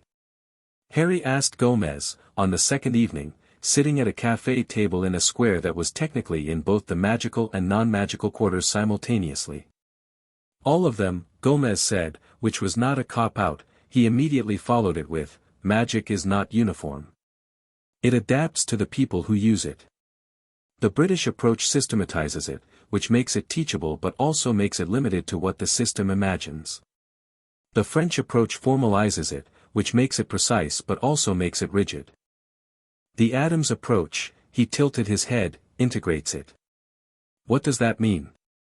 It means we don't separate the magic from the person using it. It's not a tool you pick up and put down. It's part of how you are. He swirled his coffee. The advantage of this is that your magic grows with you. The disadvantage is that you can't separate yourself from it when it's inconvenient. Is it ever inconvenient? Gomez smiled. Sometimes. But inconvenience is interesting. Comfortable is boring. The tournament was 3 days. Harry watched the first day from the stands. Magical dueling in the French tradition was fast and precise and beautiful in a very structured way, the way clockwork is beautiful. On the second day, Gomez suggested he might like to observe from the practice floor, closer. On the third day, one of the junior practitioners, a boy about 12, competitive and slightly arrogant in the way that skilled 12-year-olds often are, challenged Harry to a practice bout. Gomez looked at Harry. Harry looked at the 12-year-old.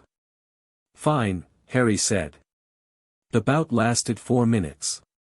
Harry lost. The French formal tradition was not his framework and the boy was better trained in it, but in those 4 minutes he mapped the other boy's patterns, tested 3 different approaches, found 2 openings he could have used if he'd been faster, and was disarmed exactly once, which the 12-year-old crowed about until Harry said, "Again," and the second bout lasted 6 minutes and ended differently. The boy shook his hand afterward with the slightly dazed expression of someone who has just learned something uncomfortable about their own assumptions. Gomez watched from the side with his arms folded and his mustache at an angle that communicated volumes. On the train back, Harry said, "I want to learn the formal tradition." "I know a teacher in Lyon," Gomez said immediately, which meant he had already known Harry would say this and had already made inquiries. Harry looked at him. "You set that up." "I introduced you to a situation," Gomez said, with great dignity. "What you did with it was entirely your own." Harry shook his head but he was smiling, and Gomez caught this and looked unbearably pleased with himself for the rest of the journey.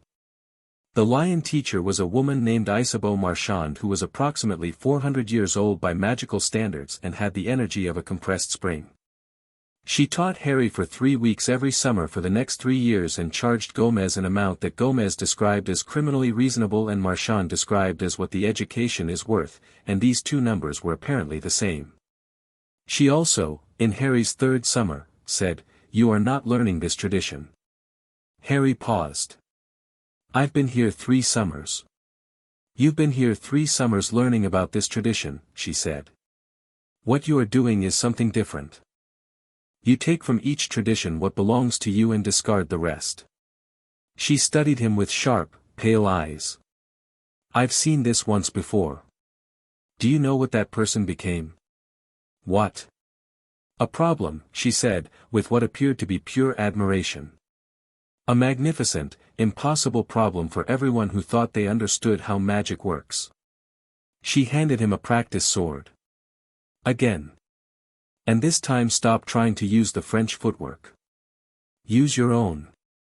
Harry's own footwork was a combination of Gomez's practical movement, Isabeau's precision, Wednesday's absolute efficiency, and something that was just him, an instinctive use of the ground that he'd later understand was the Addams relationship with land magic, the way the family's power was rooted in physical space and he'd absorbed that rootedness without knowing it.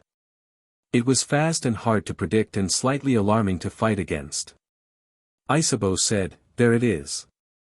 And did not elaborate. The summer Harry turned 10, 3 things happened. The first was that Snape came to the house. He arrived unannounced on a Tuesday afternoon in August, which was either brave or oblivious, and stood at the gate looking like a man who has decided to do something difficult and is committed to looking like it costs him nothing. He was tall and dark-haired with a face that had been arranged by life into an expression of permanent, careful neutrality. Harry had been in the garden when he appeared and studied him through the iron bars of the gate for a moment before saying, "You're Snape." Snape looked at him with an expression that was complicated in about 4 directions at once. "You know who I am. Dumbledore mentioned you." He tilted his head. "He mentioned you liked my mum." Snape was very still for a moment. "I knew her," he said. "Yes." Harry opened the gate. "Do you want to come in?" Snape came in.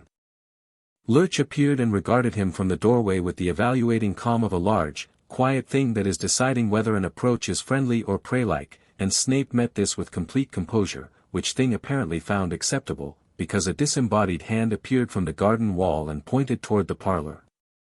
Morticia was already in the parlor. Harry had no idea how she always knew, he suspected the house told her, sitting with her embroidery, which she did with the same focused precision that she did everything. She looked up when Snape entered and gave him a look that was a complete read of his intentions, history, and current emotional state in approximately 2 seconds. "Sit down," she said, not unkindly. Snape sat. "You want to see him," she said. "I wanted to see if the reports were accurate," Snape said, which was more honest than most people managed when Morticia looked at them like that. There are stories in the magical world about what the Potter boy has become. He paused, I wanted to see if Lily's son was all right. Morticia looked at him for a long moment. Then she said, Harry, why don't you show Professor Snape the East Garden? Harry showed him the East Garden. He showed him the binding. Fitch was having a quiet period, which was unusual, but the binding itself was still vivid and instructive, and explained the structure of it in the same clear language Morticia had used to explain it to him. Snape crouched over the binding and looked at it with the intense, focused attention of a man who has spent his life reading magical structures, and said, This is preministry work. Addams Land Magic. Mid-1800s. Harry sat on a garden bench. Wednesday thinks the original binding was laid by my great-great-grandmother. We're still working out the exact generation. Snape looked at him. Really looked, the way he'd been carefully not doing since he arrived. He took in the crossbow calluses on Harry's right hand and the way he sat, straight but not stiff, settled, rooted. He took in the green eyes, which were Lily's eyes, and something in his face did something complicated and then steadied. You don't look like him, Snape said, and the him was very precisely James Potter and very precisely not an insult, it was something else, something raw that had been scraped into a statement. I know, Harry said. People say I have his hair. You have her jaw, Snape said. And her, the way she looked at things. Directly. As if she'd already decided the thing wasn't going to surprise her. He stood and brushed dirt from his knees.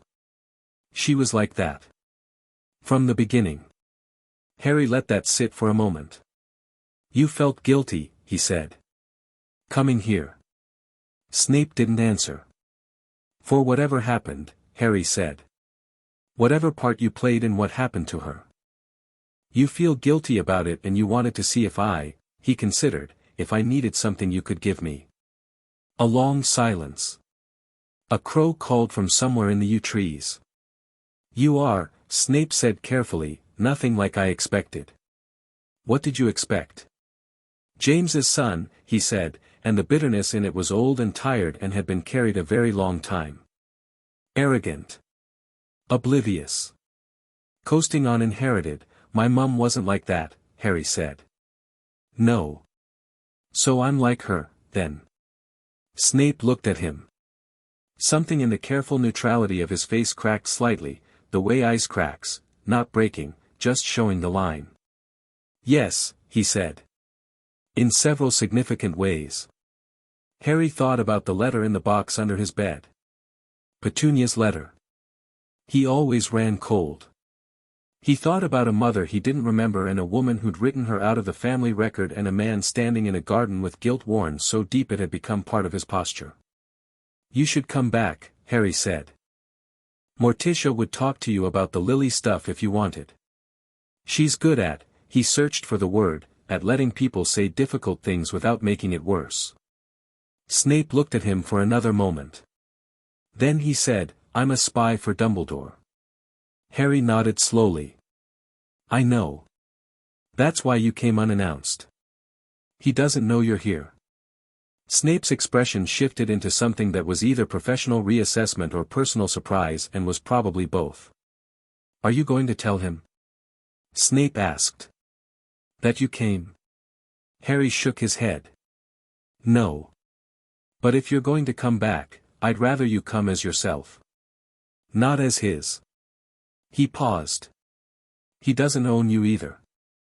Snape stood very still in the East Garden with the bound spirit of Aldous Fitch 6 feet below him and the crows in the yew trees and the boy with Lily's eyes watching him, and looked like a man standing at the junction of two very different roads.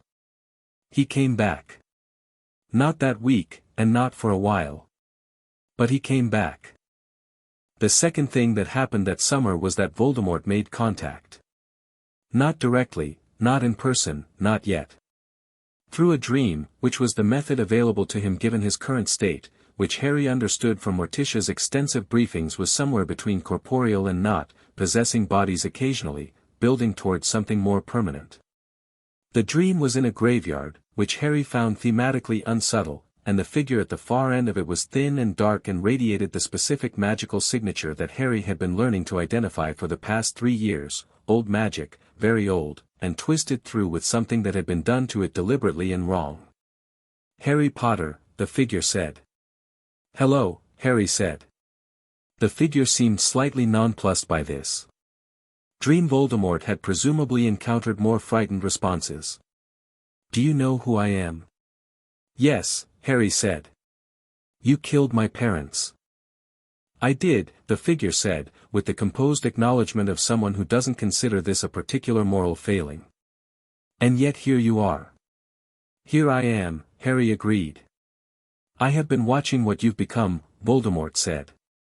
He was moving closer and Harry let him, tracking the magical signature as he came, mapping it. It is not what was expected. What was expected? A frightened boy, the figure said. Hiding his power. Manageable. Doesn't sound very interesting, Harry said. Silence. Then, and this was the thing that Harry would think about afterward, the thing that was both alarming and illuminating, no, Voldemort said. It doesn't. The dream ended. Harry woke up in the dark room at Cemetery Lane with the iron headboard above him and the garden sounds outside and lay there for a moment taking inventory of the magical signature he'd mapped. Then he got up, found Morticia, who was, as he had suspected, already awake and in the study, because she always seemed to know, and told her everything. She listened to the whole thing. Then she said, You mapped his current signature. Yes. Show me. He pulled the signature from his memory the way she taught him, like drawing a thread from a spool, careful and deliberate, and held it out as a magical construct between them on the desk, a shape of light and dark that meant this specific person. Morticia studied it for a long time. He's weaker than he was. Significantly. But rebuilding.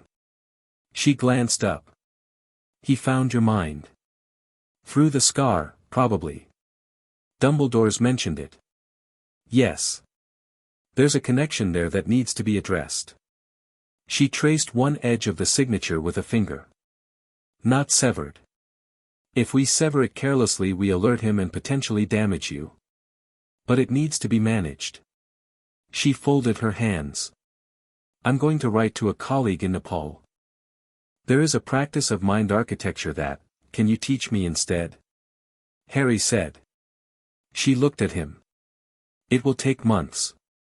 I'm not going anywhere.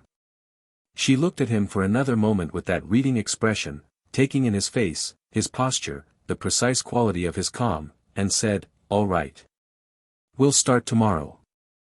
The mind architecture practice was the hardest thing Morticia had ever asked him to do.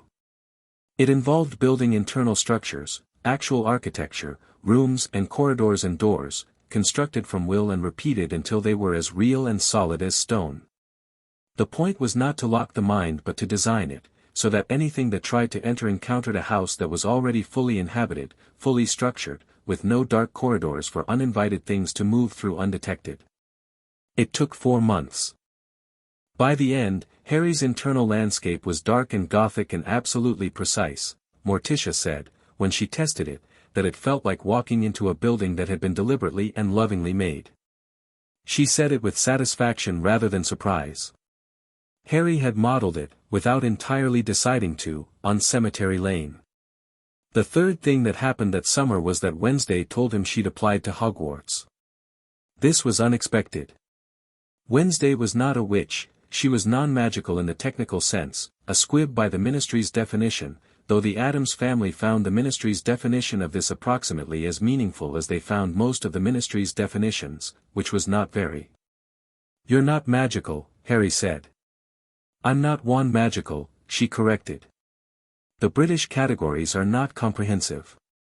She was sharpening a knife at the kitchen table, which she did when she was thinking about something complicated. Hogwarts accepts students with demonstrable magical ability. My ability is demonstrable. It simply doesn't fit their expected parameters. What ability? She set down the knife. She looked at the cup of water on the table. Then the water in the cup moved, not violently, not dramatically, but with a slow, deliberate internal circulation that had nothing to do with temperature or physics. That, she said. Among other things.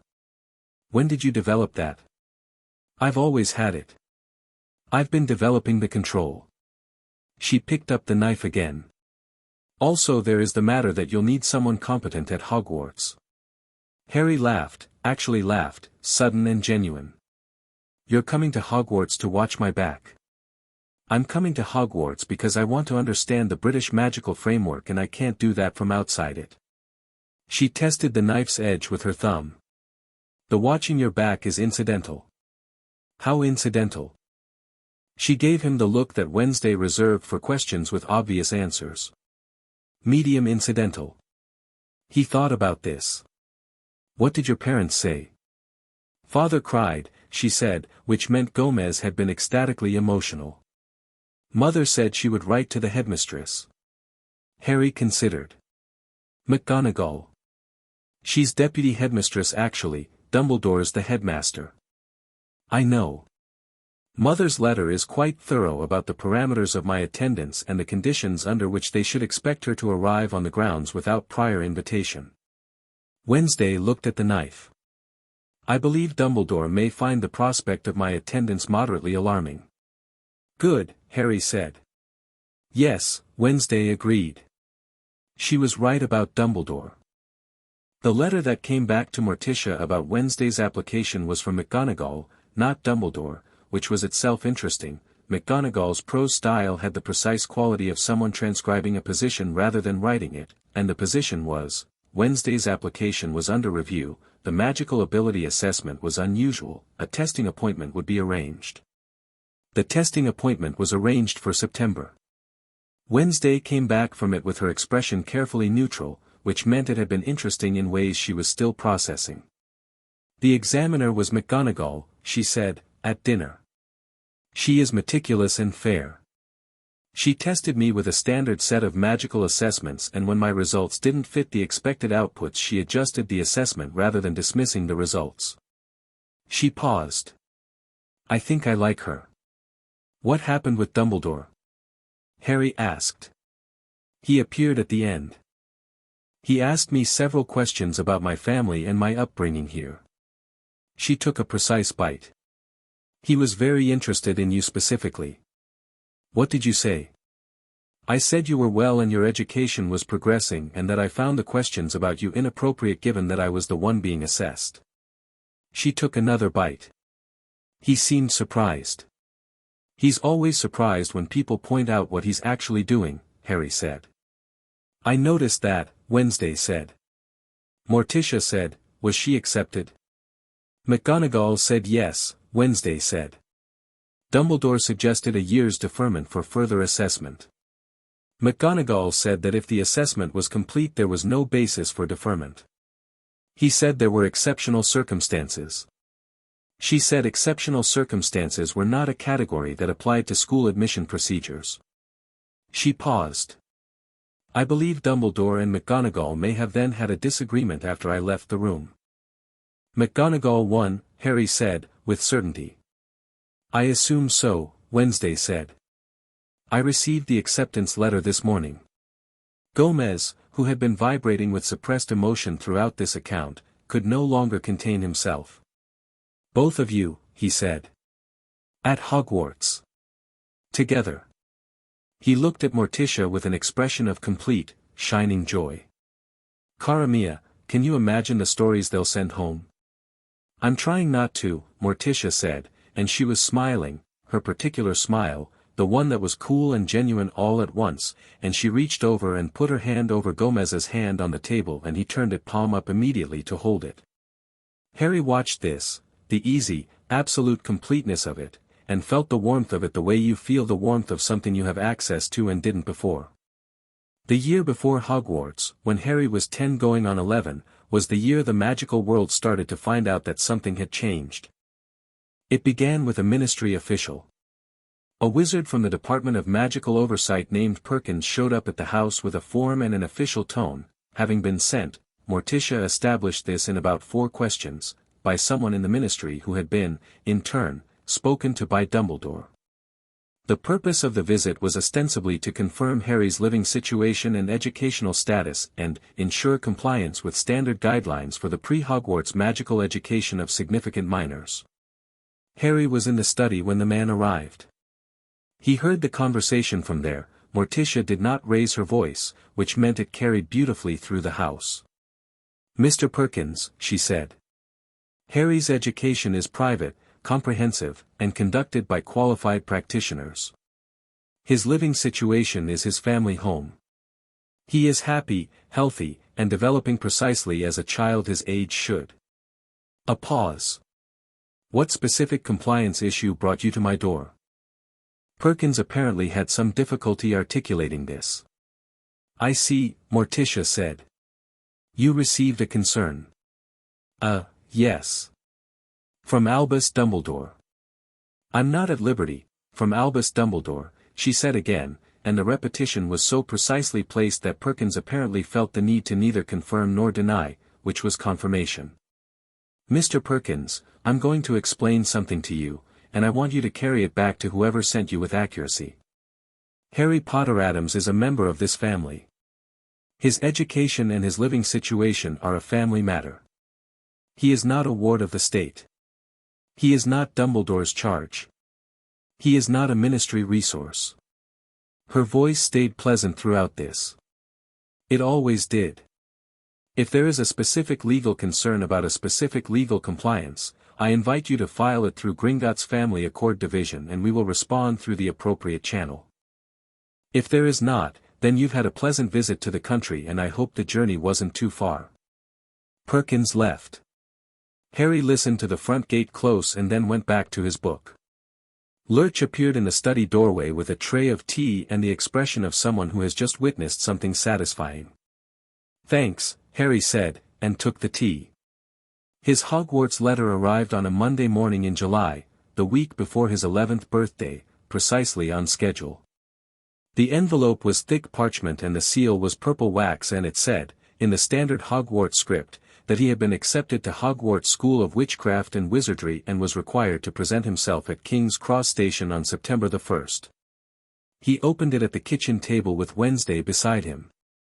Wednesday already had her letter. She read his list of required materials and supplies over his shoulder with the attention of someone checking whether the inventory matched her own. "Same list," she said. "Mostly. Standard first year," Harry said. He set the letter down. "I've been waiting for this for 4 years. I know. Dumbledore is going to try something. Obviously. First week, probably. He'll want to establish a relationship before I can establish my own bearings. He may try something before first week," Wednesday said. "He may try to engineer the shopping trip. Diagon Alley. A chance encounter." She turned a page. "He did it with your parents, he had Hagrid bring your father for his school supplies. The friendly, benevolent introduction to the magical world. It creates an emotional association he can leverage later." Harry looked at her. "How do you know he did that with my father?" "Fitch told me," she said. "He's been surprisingly useful. I've been interviewing him about British Wizarding Society since last November." Harry sat back. "What did Fitch say?" "That Dumbledore has been engineering Harry Potter's narrative since before Harry Potter was born." She folded her letter. "He positions himself as the guide. The wise man at the gate. The one who introduces you to your world so that your world is associated, in your mind, with him." She tilted her head. "He's very good at it. So what do we do?" "We go to Diagon Alley ourselves," she said. "Before any arranged introduction. We buy your supplies. You meet the magical world on your own terms, with your own people." She paused. "And if he's already arranged something, we arrive first." They went to Diagon Alley on a Thursday. Harry had been there once, briefly, at age 7, on the day of the inheritance test, but he'd been too overwhelmed then to take it in properly. Now he walked through the entrance at the leaky cauldron and into the cobblestone, bustling, extraordinary world of the alley and took it in with the calm of someone who has spent 4 years being told that this world is half his. He was recognized almost immediately. He had Lily's face and James's hair and a lightning bolt scar, and the first person who recognized him went very still and then very quickly nudged the person next to them, and within approximately 90 seconds there was a radius of awareness expanding outward through the alley like a ripple. Harry noticed. Kept walking. Wednesday walked beside him and noticed everything and said nothing, and her hand was near the knife she kept at her hip, which was not visible under her jacket but which Harry knew was there, and the presence of it was comfortable in the way that competent backup is always comfortable. They went to Madame Malkin's first. The robe's fitting was straightforward except that another boy arrived midway through, blond, well-dressed, with the particular set of someone accustomed to being notable, and looked at Harry with an expression that shuffled rapidly through recognition, calculation, and the beginning of a social approach. "You're Harry Potter," the boy said. "Yes," Harry said. "I'm Draco Malfoy." He said the name the way you say something you expect to land, and watched Harry's face for the landing. Harry looked at him. He took in the posture, the expression, the quality of the attention, and saw a boy who had been taught to make an impression and was waiting to see if it had worked, and underneath that a boy who wasn't entirely sure what would happen if it hadn't. "Good to meet you," Harry said. Draco seemed to recalibrate. He glanced at Wednesday. "And you are?" "Wednesday Addams," she said, and looked at him in a way that made him straighten slightly. "Addams," Draco said, slowly. "The American family?" "Yes." He looked at Harry. "You're related to the Addams family?" "I live with them," Harry said. "They're my family."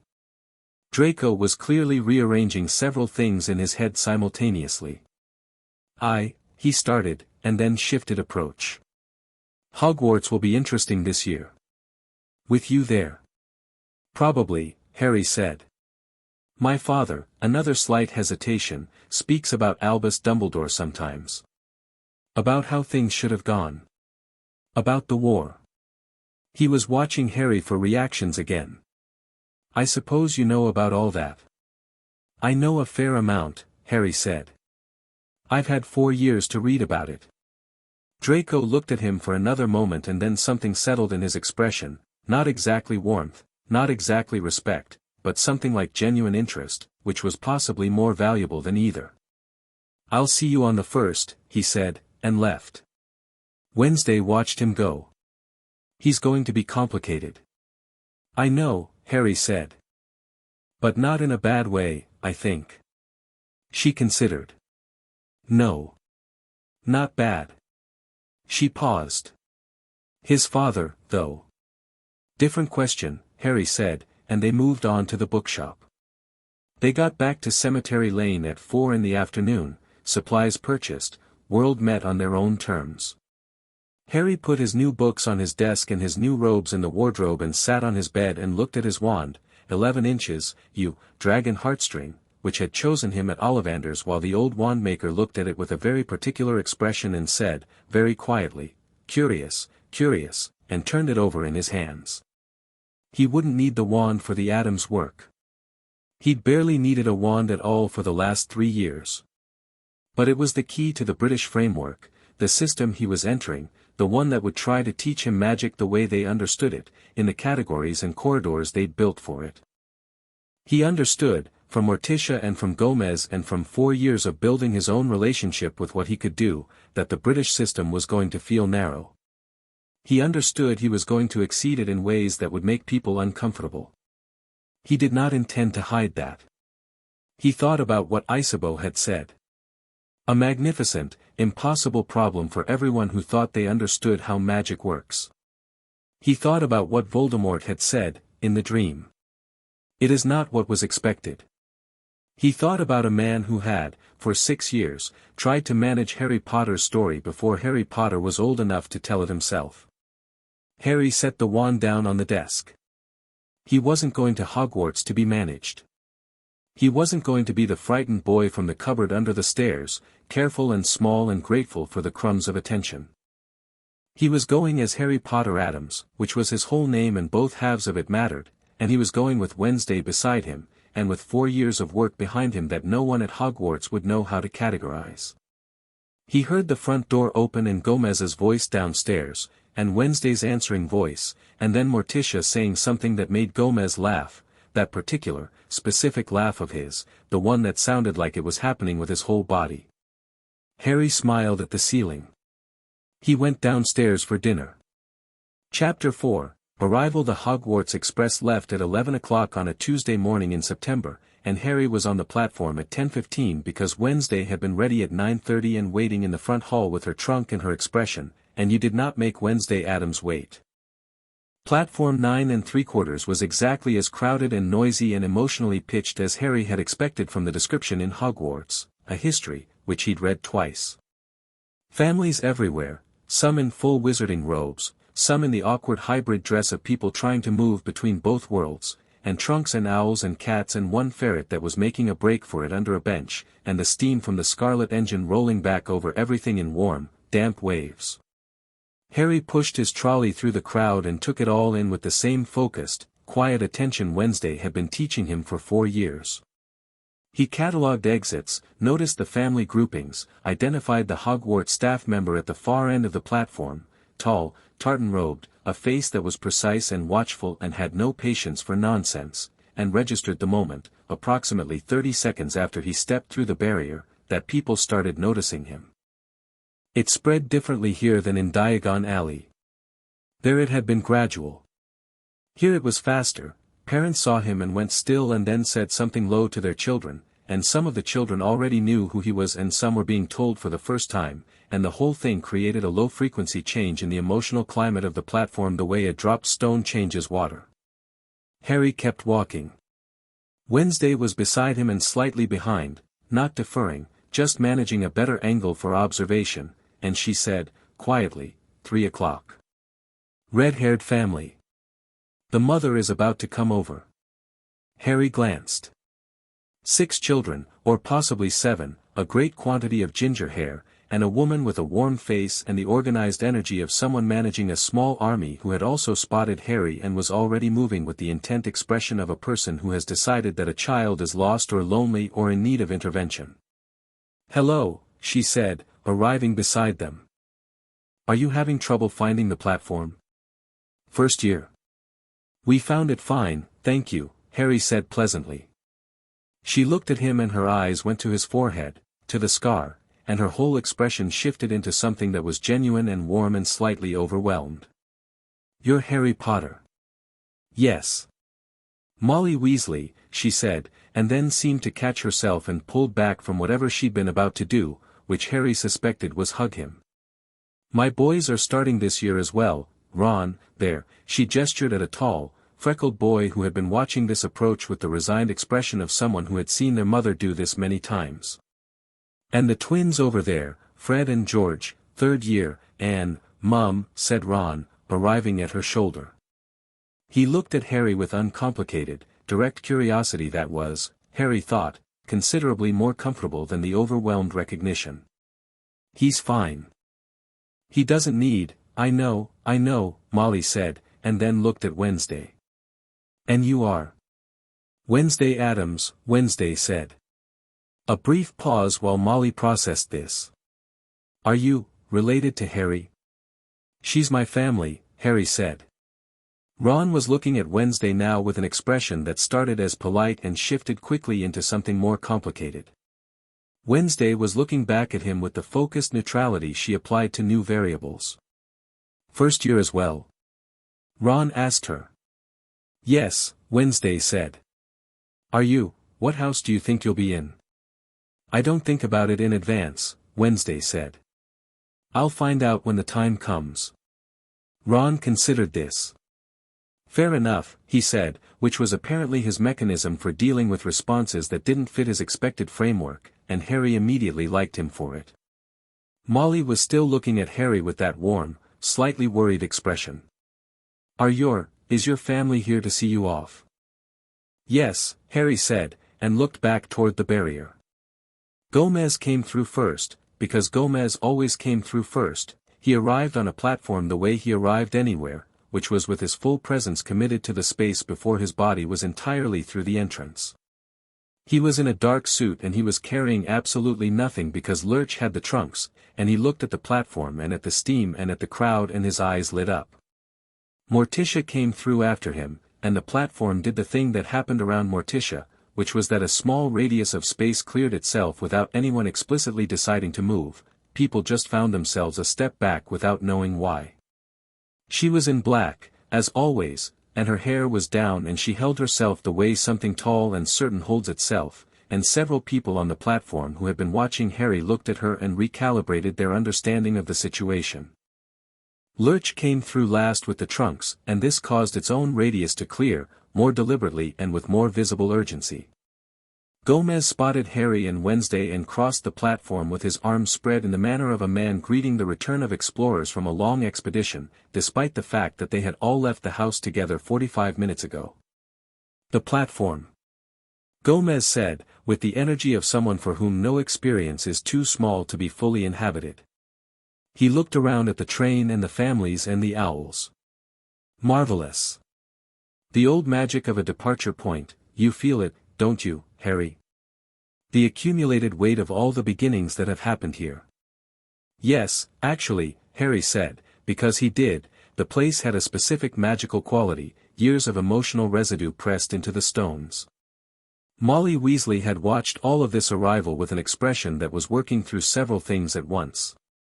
She looked at Morticia and said, "Mrs. Addams," Morticia said.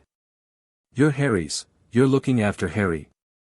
"He lives with us," Morticia said. "Has done for 4 years." She looked at Molly with the reading expression. "You know his family name?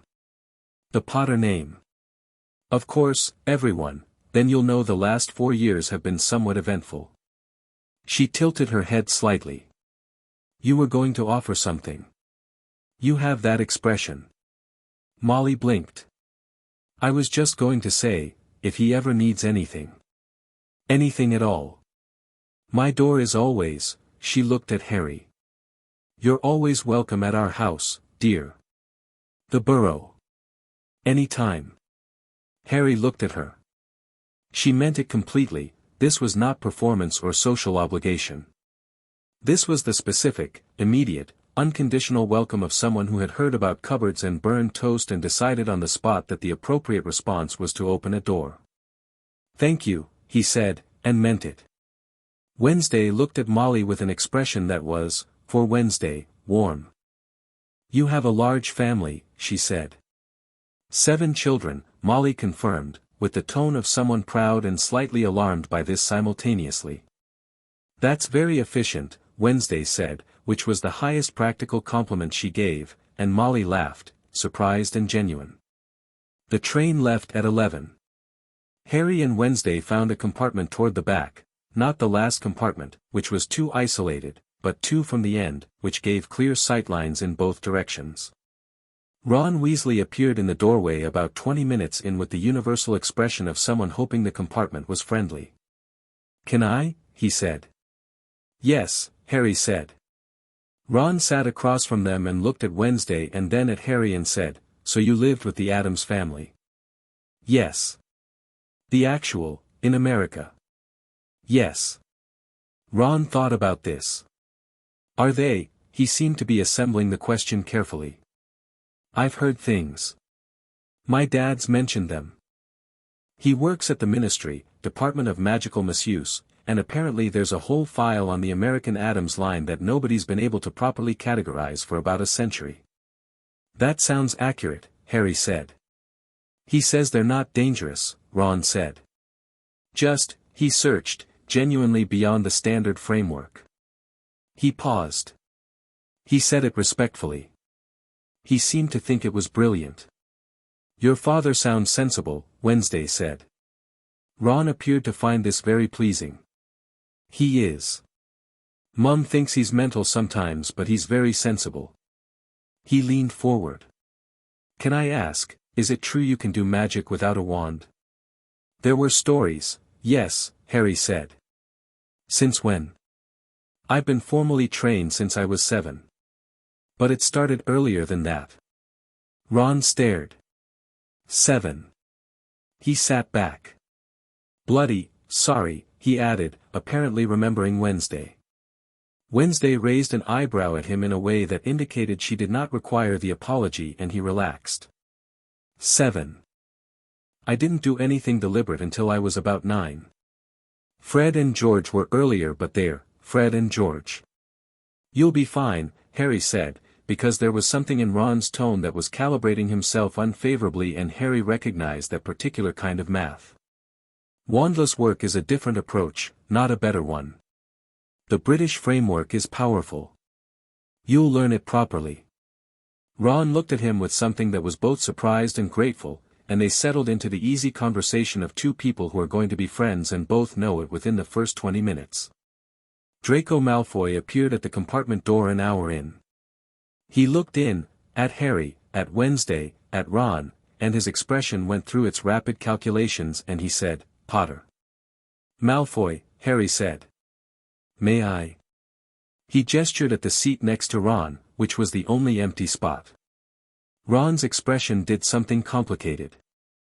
Ron and Draco had clearly encountered each other before, and the encounter had not been neutral. But he moved slightly and Draco sat, and for a moment everyone in the compartment was measuring everyone else. "Weasley," Draco said, with the careful neutrality of someone choosing not to deploy the usual tone. "Malfoy," Ron said, with the equal caution of someone who suspects a trap and hasn't found it yet. "I thought I'd mention," Draco said, apparently to the compartment in general, "that my father has been contacted by Dumbledore this summer. About Harry specifically. He was asked to, I believe the word was assist, in re-establishing certain connections in the wizarding community." He paused. "I thought you should know." Harry looked at him. "Why tell me?" Draco looked back with the expression of someone who has made a decision and is now committed to it. "Because my father does what Dumbledore asks when it aligns with his own interests, and this time I think the interests don't fully align, which means he's going to be managing 2 agendas at once, which means he's going to need someone to manage at school." He tilted his head. "I'd rather know which side of a thing I'm on before the thing starts." "That's surprisingly direct," Ron said. "I've had a summer to think about it," Draco said, slightly stiff. Harry looked at Draco Malfoy for a moment, at the careful presentation and the rigid posture and the thing underneath both that was a boy trying to be honest in a context where honesty was not the safe default, and said, "Your father's agenda and Dumbledore's agenda are both going to be disappointed. That's worth knowing going in." "I suspected," Draco said. "I wanted it confirmed." A pause. "I'm not my father." "I know," Harry said. "You're 11. Draco blinked at this. Ron made a sound that was definitely a suppressed laugh. Wednesday studied her book with the focused expression of someone listening with their full attention. The tension broke, not with drama but with the slow, organic unwinding of 4 people who have decided, provisionally, to trust each other enough for the next 6 hours. Hogwarts appeared through the window as the sun was going down, rising out of the lake and the forest like something that had grown there rather than been built, the towers lit amber and the battlements dark against a sky going purple-blue, and the magic of it hit Harry like a wave even through the glass. Not British magic specifically, older than that. The magic of a place that had been used for something important for a very long time, and had absorbed the intention of it. He put his hand against the window. Wednesday glanced at him. "It's good," he said. "The place is good." She looked back out the window. "I know. I felt it from 10 miles out." Ron looked between them with the expression he was apparently developing as his default for things that exceeded his framework. "Right," he said. Yeah. The boats across the lake were small and the night was clear and the castle got larger and more real as they crossed, and Harry sat in the bow of one boat and looked up at it and thought about all the ways this moment had been set up for him, by Dumbledore, by the wizarding world, by 4 years of careful, strategic preparation, and then thought that none of those setups were actually going to control what happened when he got there. Not anymore. The boat grounded on the shore. McGonagall met them at the castle doors. She was exactly as Harry had expected, precise, composed, with a face that had been doing the work of assessing students for decades and was very good at it. She looked at the cluster of first years and her gaze moved through them and stopped on Harry for exactly as long as it stopped on everyone else, which told him several things about her. "Welcome to Hogwarts," she said, and managed to make it both a standard welcome and a genuine one. "You'll follow me to the Great Hall in a moment.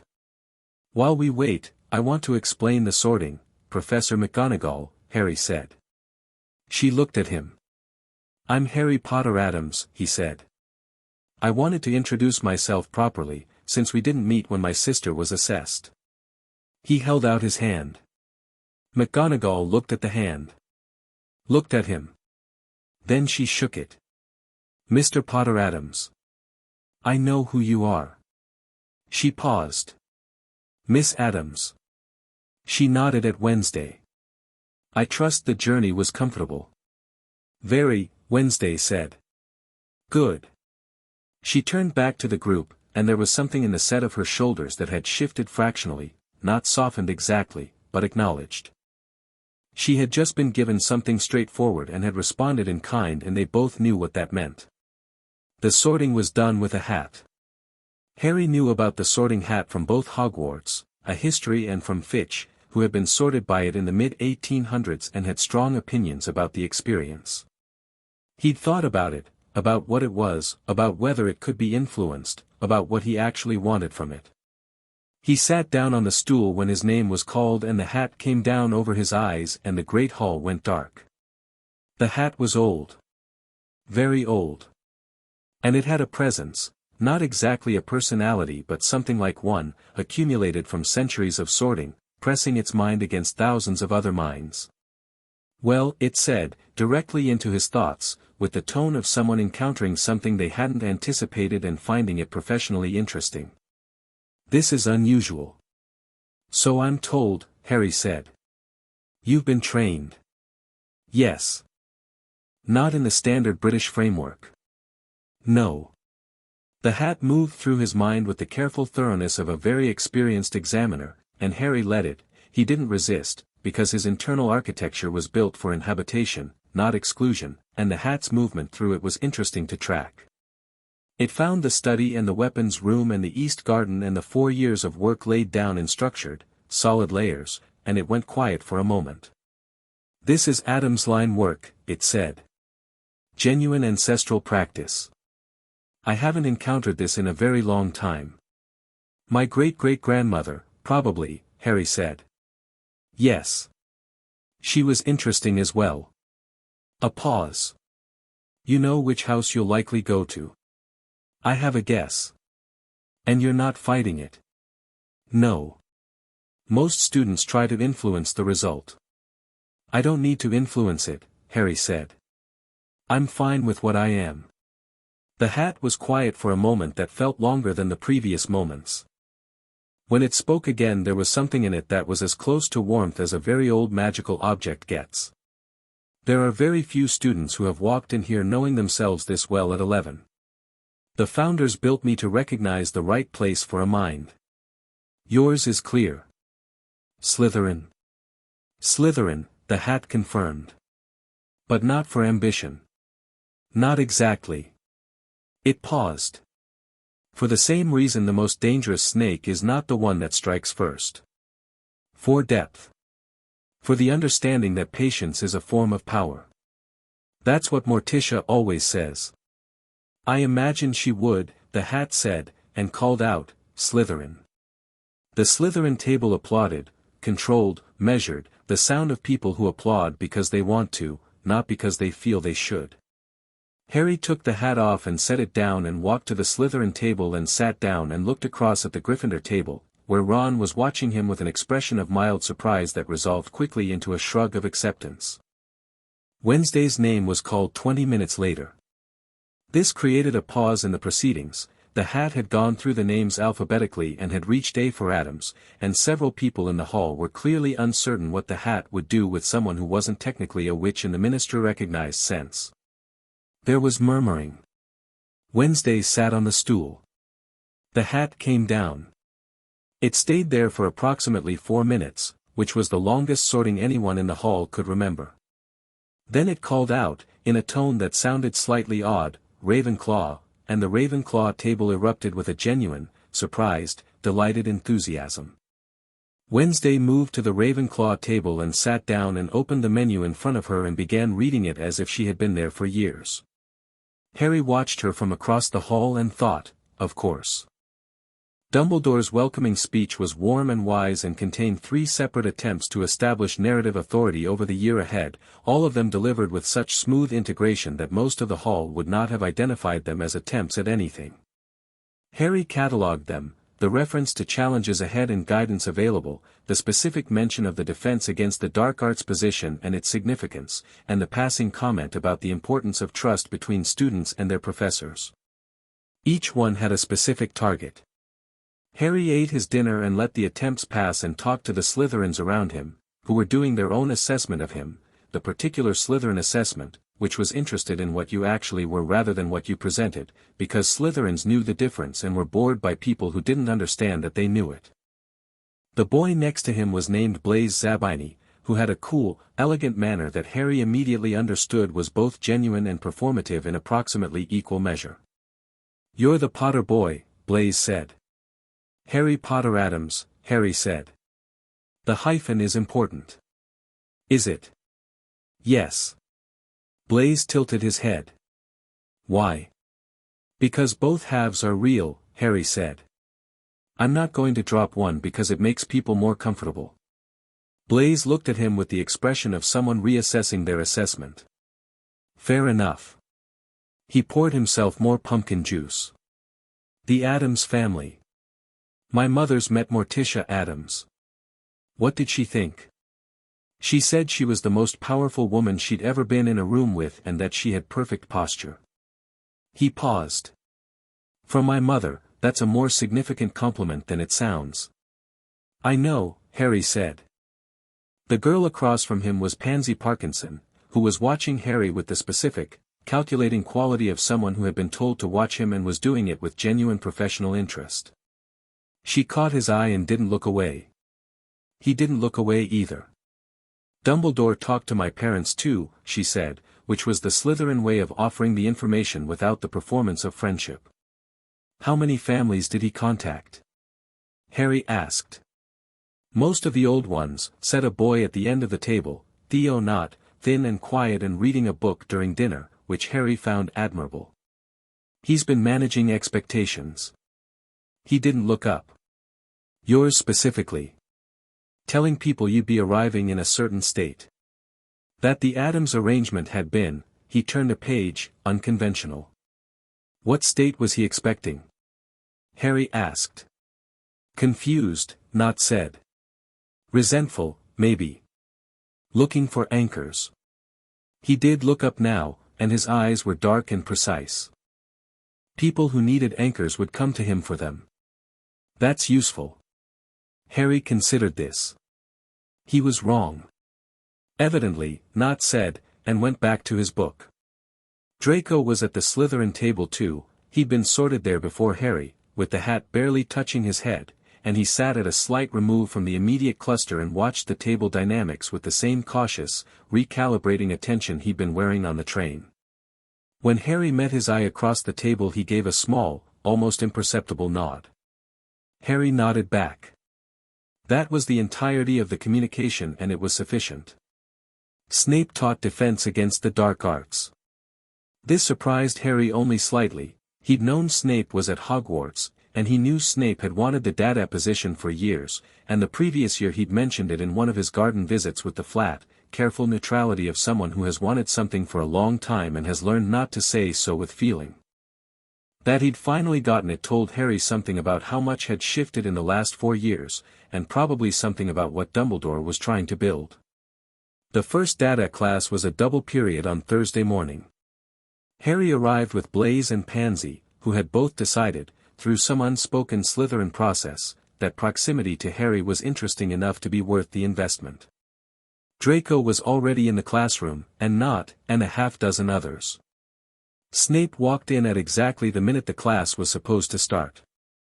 He set his books on the desk and looked at the room with the flat, assessing expression that Harry recognized from the garden visits, and his gaze moved through the class and stopped on Harry for one fraction of a second longer than it stopped on anyone else. Harry met the look directly. Just held it, neutral, without challenge and without deference. Snape moved on. Defense against the dark arts, Snape said, beginning immediately without the social lubricant of pleasantries, which Harry approved of. Is not, as the name suggests, primarily about defense. Defense implies a reactive posture, waiting for an attack, responding to it. This class is about understanding. He moved around the front of the room with the precise, deliberate movement of someone who knows exactly what their body is doing at all times. Understanding what dark magic is. Where it comes from. What it wants. How it thinks. He stopped at the front. You cannot defend yourself against something you do not understand. You cannot understand something you are afraid to examine. Around the room, 11-year-olds were writing this down. Harry was not writing it down. He was listening. Mr. Potter Addams, Snape said, without looking at him. Yes, sir. Tell me the difference between a dark curse and a destructive spell. Around the classroom, the energy changed, the slightly held breath quality of a class waiting for a teacher to attack a specific student, which was the usual shape of this kind of targeted question. Harry didn't feel the threat of it. He turned it over in his mind. Intent and origin, he said. A destructive spell is about the effect, it destroys something. A dark curse is about the caster's intent and the source of the magic being used. A curse draws on, he thought about Morticia's framework, on damage. The magic is generated from harm rather than from will. The effect might look the same but the mechanism is different. Silence. The mechanism is different, Snape repeated. He was looking at Harry now. Yes. That's a more sophisticated answer than the textbook gives. The textbook doesn't cover mechanism, Harry said. No, Snape said. It doesn't.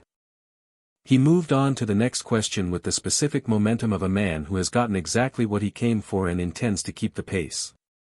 Harry watched him teach for the rest of the double period and thought, this is someone doing something they're actually good at and have waited a long time to do, and felt something adjacent to satisfaction on Snape's behalf. After class, in the corridor, Blaise fell into step beside Harry and said, he knew you. We've met, Harry said. Before today. He visited the house a few times. Harry kept walking. He knew my mother. Blaise was quiet for a moment, processing the implications. He's going to be complicated. In how he treats you. Probably, Harry said. But fair. He's going to be fair. Dumbledore called Harry to his office on the third day. The request arrived through McGonagall, who delivered it with the careful expression of someone conveying information they find professionally irritating. The headmaster would like to see you this evening after dinner, she said. His office is on the 7th floor, I know where it is, Harry said. McGonagall paused. Of course. Another pause. Mr. Potter Addams. If you find the conversation, if anything, she stopped. Start it again. My door is also open. For any reason. Harry looked at her.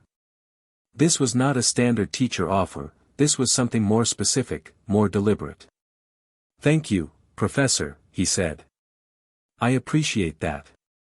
She nodded once, sharp and definitive, and moved on. He went to the office at 7:15. The gargoyle moved for him without requiring the password, which was either Dumbledore's instruction or the gargoyle's own assessment. The spiral staircase was impressive in the way that things built to impress are always slightly less impressive than things built to function, but it was made with good stone and it had good magic in it, old and settled. The office itself was extraordinary, instruments and portraits and Fawkes on his perch, turning his flame-orange head to look at Harry with eyes that were very old and very clear. Harry looked back at Fawkes and Fawkes made a small sound, gentle and brief. Harry. Dumbledore was behind his desk, and the warmth was on, and the glasses were catching the candlelight, and everything about the presentation was calibrated. Please sit. Harry sat. I hope the first few days have been welcoming, Dumbledore said. Very, Harry said. Slytherin is, a slight pause, an interesting choice. The hat's choice, Harry said. Of course, of course. Dumbledore folded his hands. I wanted to speak with you personally, Harry. To clear the air, as it were. I know our interactions over the years have been, he seemed to choose, complex. You're going to tell me why you made the decisions you made, Harry said.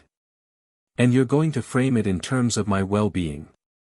And underneath that frame is going to be the prophecy and the blood protection and the need for me to be in a certain condition when a certain time comes. He paused. Is that roughly right? A silence that was longer than it should have been. Then, you are very much your mother's son. People keep saying that. It's true. And for a moment the warmth was not performance, it was just a man remembering someone and feeling it. She could always see the structure of an argument before it was made. It was remarkable. Harry let the moment exist. Then, I don't hate you, he said, which seemed to actually surprise Dumbledore. I understand why you did what you did. You made a calculation. The calculation was wrong about me and wrong about what I needed, but you made it from a real place. Dumbledore was watching him very carefully now. What I want you to understand, Harry continued, is that the calculation is no longer yours to make. I'm not a piece in your strategy. I'm not an asset in a war. I'm a person with my own understanding of what I am and what's coming and what I'm going to do about it. He tilted his head. You can be part of how this goes or you can be in the way of it. Those are your options. The office was very quiet. Fawkes rustled on his perch. Dumbledore looked at Harry with an expression that was full of complicated things, surprise, reassessment, something that was genuinely painful, and underneath all of it the relentless, grinding machinery of a mind that could not stop calculating, and said, You're 11 years old. Yes, Harry said. And I'm here and I know who I am and I'm not afraid of you or of what's coming. That's not arrogance. It's just true. I know, Dumbledore said quietly. And the quality of that, the way it came out, the slight heaviness in it, like something being set down, told Harry that Dumbledore had already known it before this conversation. Had probably known it from the moment Harry walked out of Gringotts at 7 years old and said, Can we do the paperwork now? The greater good calculations were still running behind those blue eyes. Harry could see them. He didn't try to stop them, they were Dumbledore's and always had been and always would be. I'll be available, Dumbledore said, if you need anything. I know, Harry said. Thank you for the conversation. He left. On the spiral staircase going down he let out a long breath and counted to 5 and then kept walking because the counting was not fear, it was just maintenance, and maintenance was different. The first class of potions was Friday morning. Harry arrived and found a seat near the front, not the very front, which was Hermione Granger's territory, and she had clearly arrived early and set up with the precision of someone who considers position an academic variable, but close enough. The class was mixed houses, Slytherin and Gryffindor, which was apparently traditional and also apparently contributed meaningfully to the blood pressure of the potions instructor, who was not Snape this year. Snape had data. Potions was being taught by a man named Slughorn who was large and jolly and possessed of the specific social energy of someone who collected people the way some people collect art. Slughorn walked in, looked at the class, and his eyes found Harry in approximately 4 seconds. Then they found Hermione. Then they found Draco. Then they moved on with the expression of a man mentally arranging a dinner party. Welcome, Slughorn said warmly. I see some very promising faces. Mr. Potter, Potter Addams, Harry said. A short pause. Yes, of course. And Miss Granger, Mr. Malfoy, he moved through the names with the ease of someone who has done his research. He was not unintelligent, Harry thought. He was very intelligent, actually, in the specific way of someone who understood people as clearly as they understood their subject. The problem was that his understanding of people was entirely in terms of their usefulness.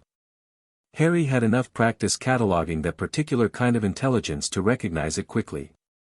Potions was excellent.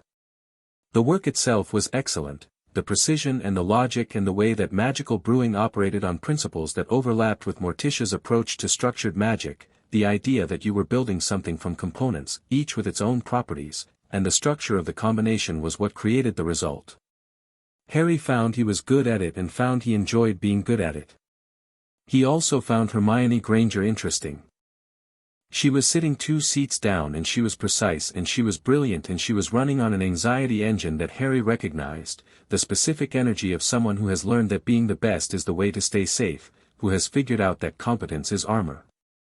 She didn't look afraid. She looked focused. But Harry had spent 4 years learning to read what was under the presentation. He said, after class, as they were packing up, "You're very good at that." She looked at him with a caution that was doing its best to look like composure. "Thank you. I'm Harry," he said. "I know you know that. But I wanted to say it without the," he gestured vaguely at the general air of Harry Potter significance, context. She looked at him for a moment. Then something shifted and she said, "Hermione. Your approach to the temperature calibration step was interesting. You seemed to anticipate the reaction before the instructions specified it." "It's structural," Harry said. "The components before that step set up a specific imbalance that the next step has to address. If you understand why the step is there, it tells you what the temperature should be." "That's not in the textbook," she said. "No. I read some of the theory behind the practical work. The textbooks focus on the what, not the why." Hermione looked at him with an expression he would come to know well, the one that said she was recalibrating and found the recalibration interesting. "I read those books too," she said. "But I didn't connect them to the practical work in that way." "It might be the framework," Harry said. "I was trained with a different approach first. It makes you look for mechanisms." She considered this. "I'd like to hear about it." "I'll tell you about it," he said, and picked up his bag and left, and thought that Hermione Granger was going to be important and that the important thing about her had nothing to do with her grades. The library was where Wednesday found her bearings.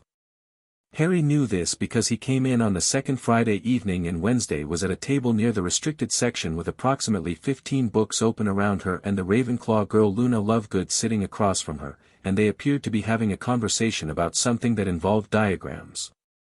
Wednesday's diagrams were geometric and precise.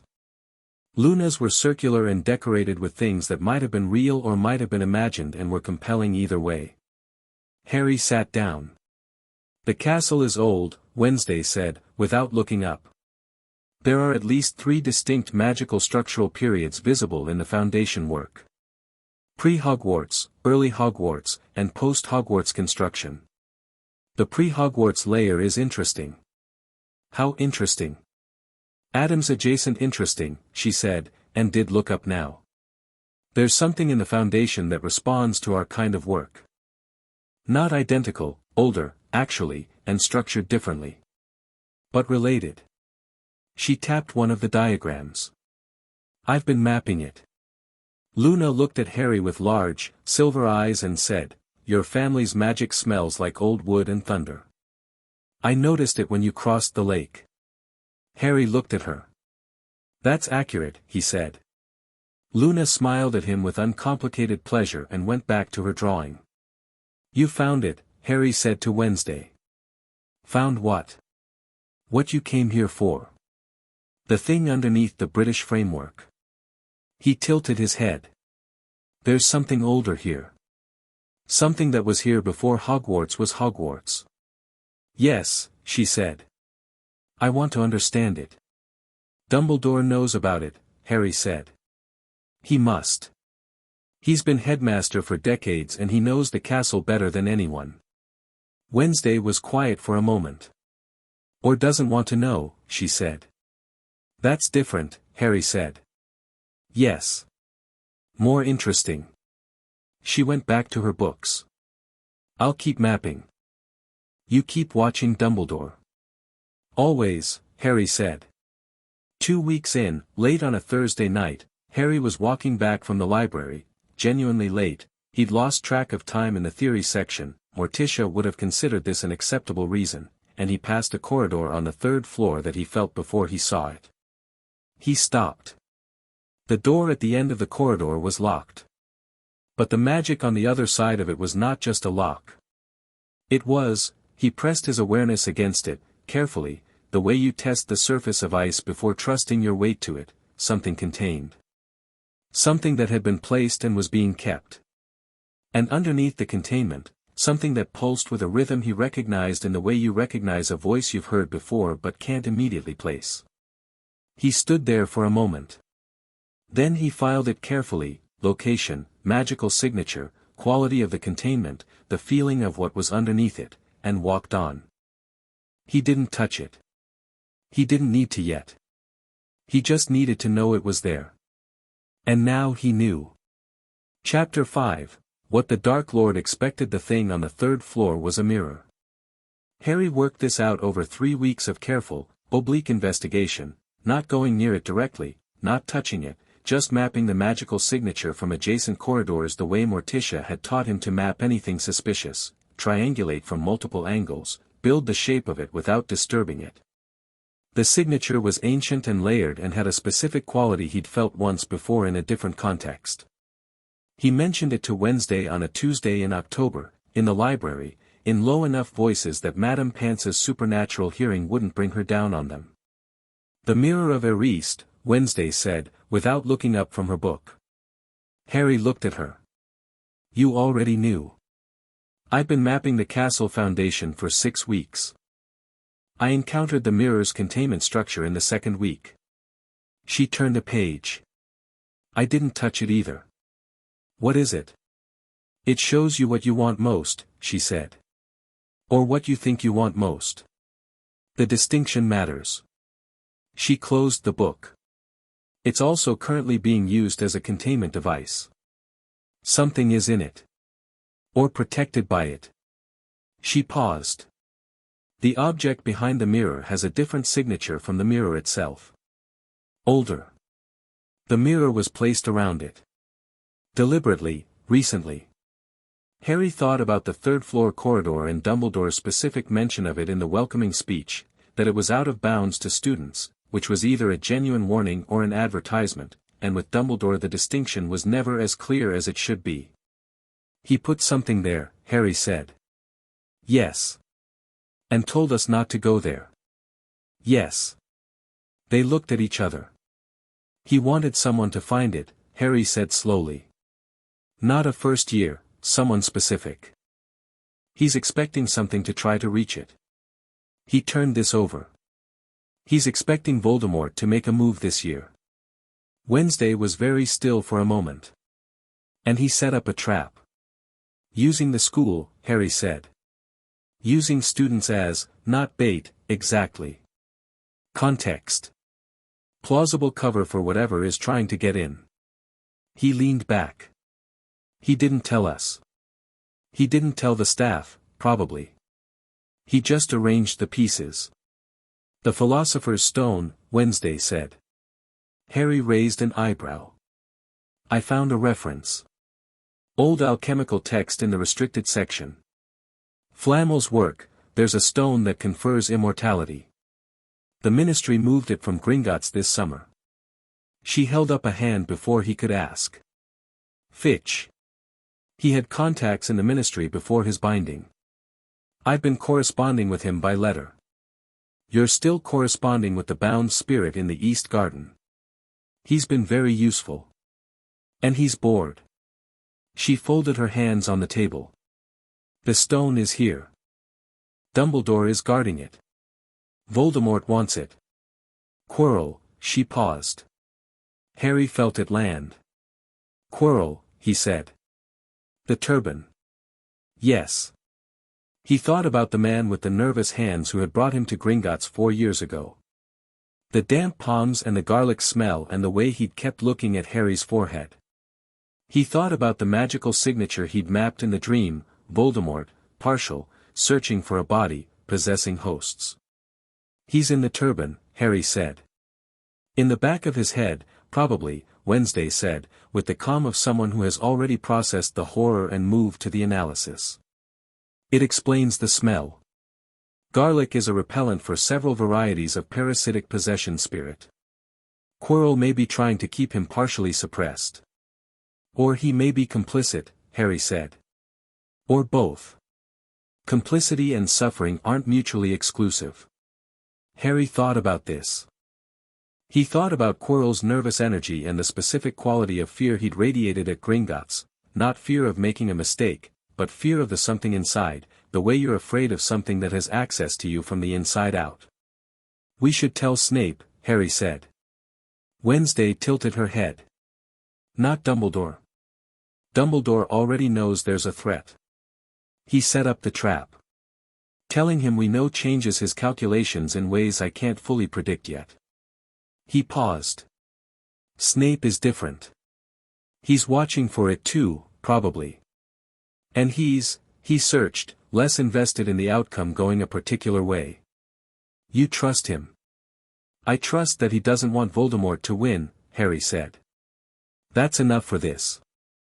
He found Snape after dinner in the data classroom, where Snape was reviewing essays with the focused, slightly pained expression of someone confronting the limits of 11-year-old writing. Harry knocked on the open door. Snape looked up. Set down the essay. Potter Addams. Can I speak with you privately? Snape studied him for a moment, that quick, precise read that Harry was familiar with from the garden visits. Then he stood and closed the classroom door. Sit. Harry sat on a desk rather than in a chair, which was a minor transgression that Snape registered and did not address. Professor Quirrell is possessed, Harry said.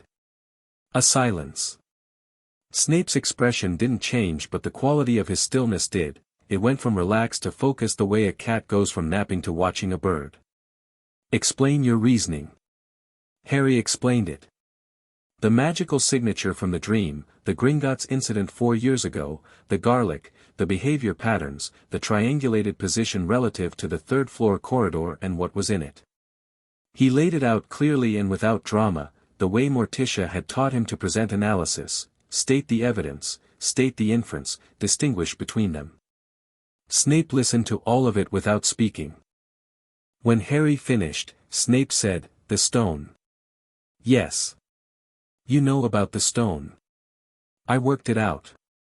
Wednesday helped. Another silence. "You should not have gone near the third-floor corridor." "I didn't," Harry said. "I triangulated from the second floor and the staircases.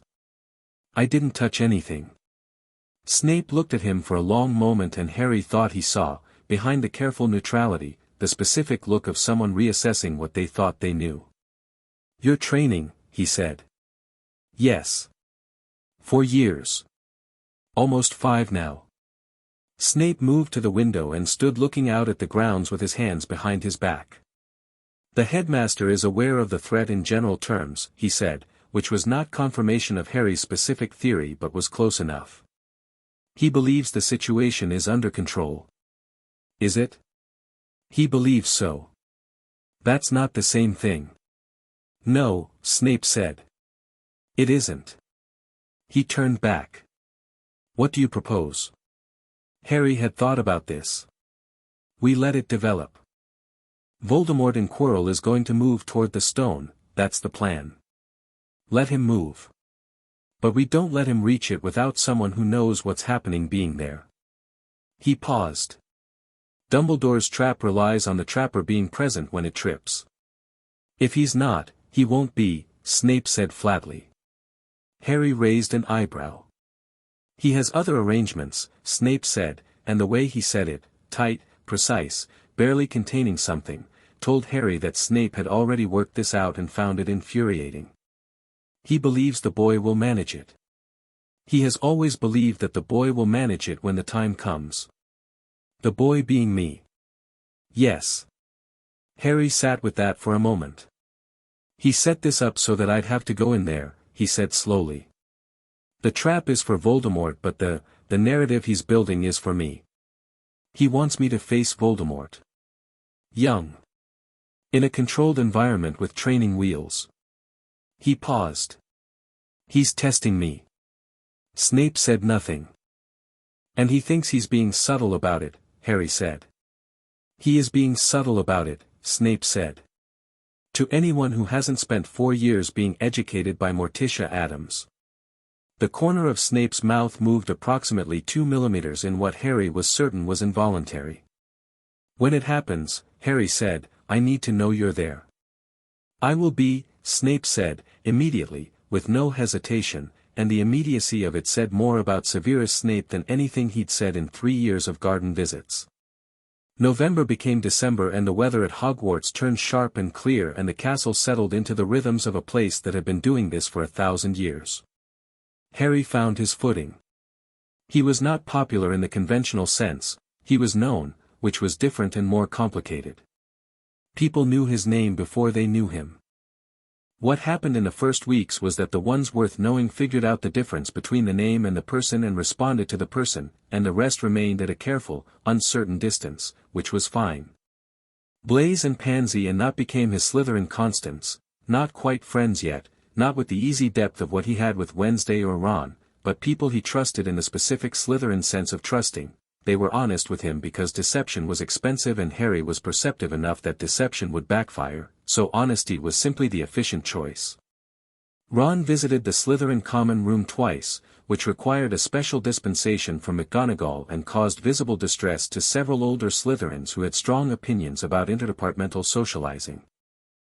Harry submitted the dispensation request with the polite inevitability of someone who considers bureaucratic obstacles mildly amusing, and McGonagall signed it with the expression she wore when she was doing something she found reasonable but expected to receive complaints about. Hermione joined them in the library most evenings. This had started organically, she was there, they were there, and it turned out that a conversation about potion theory or transfiguration mechanics was more useful with 3 people than 1 if the 3 people were all both brilliant and genuinely interested.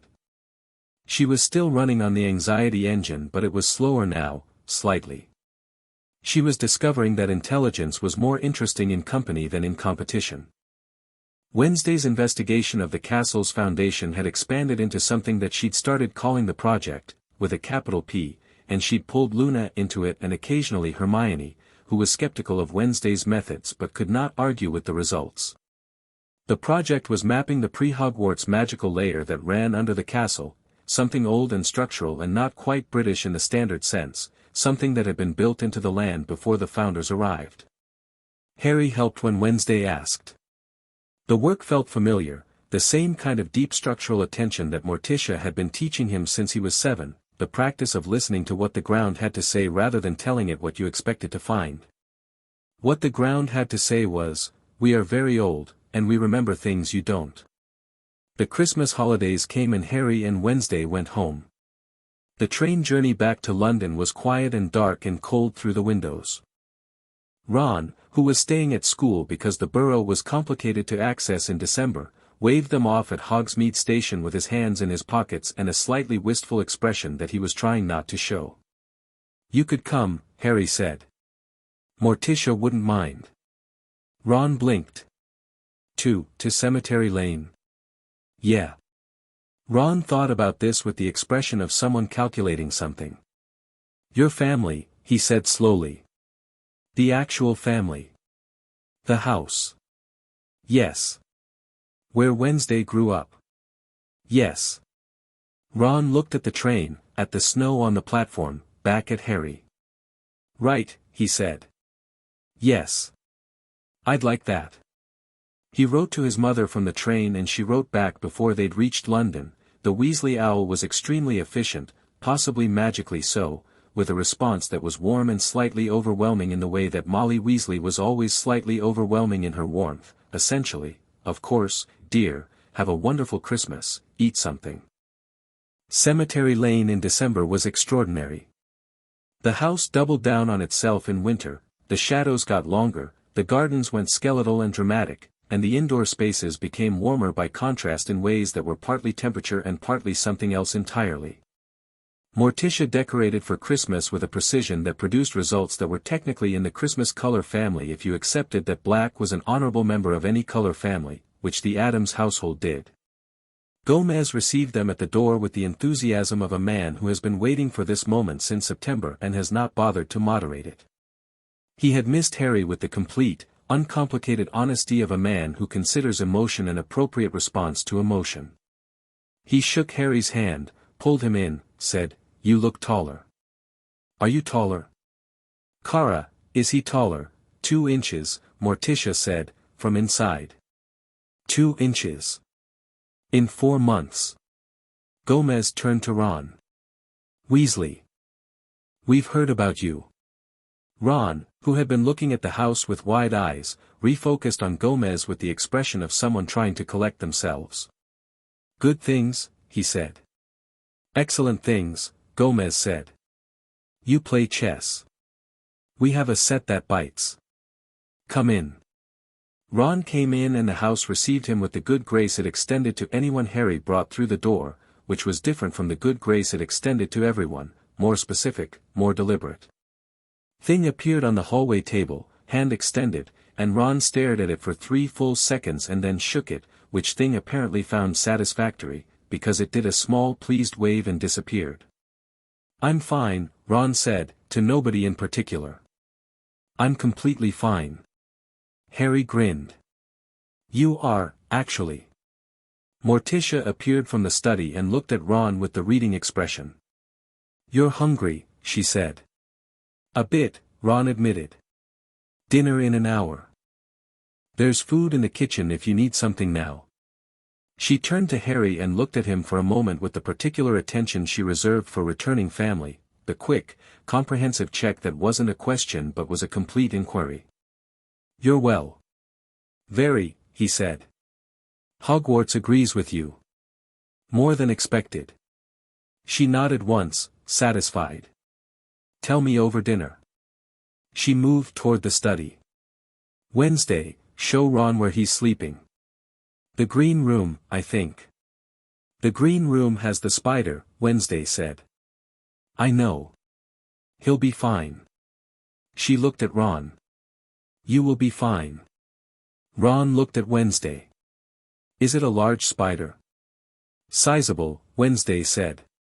"Define sizable." "Dinner plate," Wednesday said. "But it's very clean.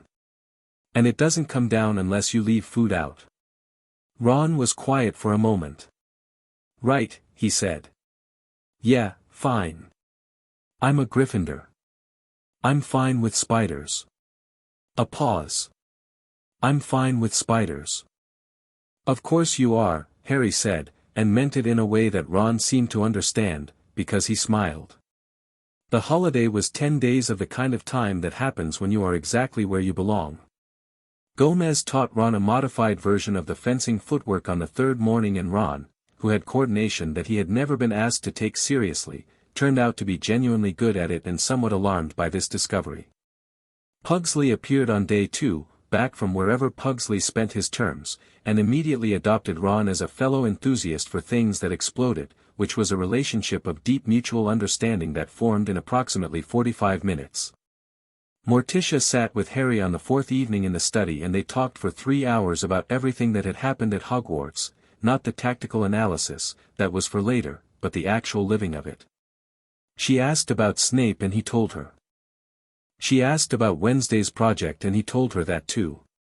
She asked about Hermione and Ron and Draco and listened to all of it with the same focused, giving attention she'd always given him, and when he'd finished she said, "You're happy?" "Yeah," he said, slightly surprised to hear it stated. "You don't have to sound surprised," she said. "I'm not used to it being the default," he said, and then caught himself because that was more than he usually said out loud about the before time, the privet drive time, and Morticia looked at him steadily and he continued rather than pulling back. "I'm used to it being temporary. Like something you get occasionally. Not something you start from." She was quiet for a moment. "That changes," she said. "We've been working on it for 4 years. I know. I can feel it changing." He looked at his hands. "It's good. It's just, noticeable. She reached across the desk and put her hand over his, briefly, exactly as long as it needed to be and not a second longer because Morticia's physical gestures were always precisely calibrated to exactly what they meant, which meant they always meant exactly what they were. Good, she said. Notice it. He told her about Voldemort on the 5th day, about the stone and Quirrell and the trap and Snape. He told it cleanly, the way he'd learned to tell her things, no unnecessary framing, no managing of her reaction, just the information and the analysis. She listened to all of it. Then she said, he's going to try this year. Yes. You're prepared. Yes. And Snape will be there. Good. She folded her hands. What do you need from me? I need to know the mechanics of partial possession, he said. What keeps it together? What breaks it? Not just the standard ministry framework, the older approach. She studied him. You're going to offer him something. He hadn't quite articulated it yet, but as she said it he heard it land as true. Yes, he said. Not the stone. But something. I want to understand what he actually needs so that when I offer it I know whether it's real. He needs a body, Morticia said. He needs full embodiment. The stone's immortality would give him a body that couldn't be destroyed, but what he actually lacks is a vessel he fully controls. She paused. He's been burning through hosts for years. They don't hold. His own magic is too strong, too corrupted, it damages the vessel from inside. Why doesn't it damage his own original body? Or the fragment that's still, because what's left of him isn't a body anymore, she said. It's a structure. A magical construct that keeps a fractured soul cohesive. She tilted her head. Do you understand what a horcrux is? Harry looked at her. She had never mentioned this before. The word sat in the air between them with its own specific weight. He made them, Harry said slowly. Yes. Multiple. It's why he survived your mother's sacrifice, why the curse rebounded and he still persisted. He'd fragmented his soul so many times that there was nothing left to fully destroy. She said this all in the same level tone she used for everything, but her hands tightened slightly on the desk. Some of that soul ended in you. The scar. The quiet that followed was the kind you let sit. That's why the mind connection, Harry said finally. Yes. You carry a piece of him. A small one, barely viable, which is why it's functioned as a connection rather than a possession. Your Addams blood repels the possession instinct. But the fragment is there. Harry touched the scar on his forehead, lightly, the way you touch something you've known about without quite knowing you knew. Can it be removed? Yes, she said. I know how. We'll do it this summer, when you're not at Hogwarts and we have time to do it correctly. She met his eyes. I wanted to be certain of the method before I told you. I've been certain for about 2 months. He looked at her. You've been carrying this for 2 months. Yes. Why didn't you? Because you were at Hogwarts, she said simply. And you were happy. And it wasn't urgent yet. She held his look steadily. Was that wrong? Harry thought about this. About whether he wanted to have been told earlier, whether knowing sooner would have changed anything. He ran it through honestly and came back with, no, not really. He would have worried about it and the worry would not have been useful and he trusted her judgment about when things were urgent. No, he said. Good. She stood. Dinner. Back at Hogwarts in January, Quirrell started to fray. It was gradual and Harry watched it the way you watch weather, not alarmed, just tracking. Quirrell's control over whatever was in the back of his head was degrading under the sustained stress of proximity to the stone and the pressure of whatever internal negotiation was happening between host and possessor. He was jumpy at meals and his classes had become increasingly distracted, and in early February he disappeared for 2 days on some pretext and came back looking like a man who had lost an argument with himself and had not forgiven himself for losing. In March, Harry went to Snape. It's getting close, he said.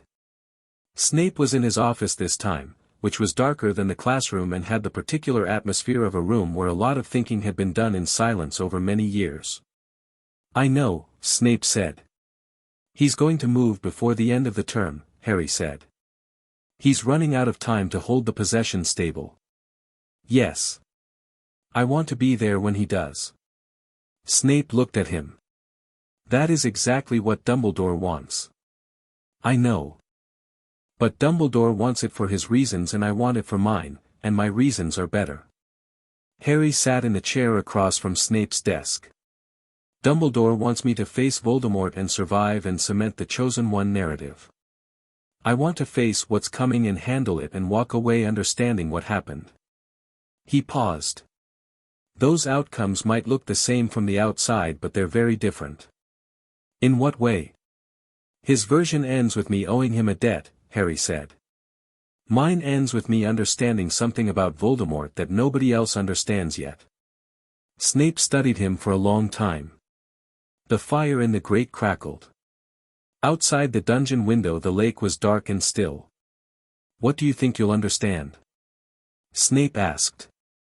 That he's afraid, Harry said. That everything he's done, the horcruxes, the possession, the immortality obsession, it's all fear. He's the most powerful dark wizard in a century and he spent every year of his adult life running from dying. He tilted his head.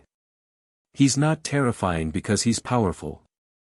He's terrifying because he's afraid and his fear makes him limitless. Snape was very still.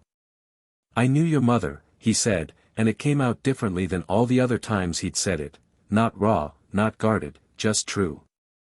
She saw to the center of things. Always. She made it look effortless and I don't think it was effortless but it looked that way. He looked at Harry. You do it the same way. The ease is trained, but the seeing is real. Harry let that sit. It was one of the most complete things Snape had ever said to him. Will you be there? Harry said. Yes, Snape said. I told you I would. When the time comes, let me go in first. Don't interfere unless it goes wrong. Define wrong. If I'm losing ground, Harry said. If the situation changes in a way I haven't anticipated. You'll know. Snape looked at him for a moment longer.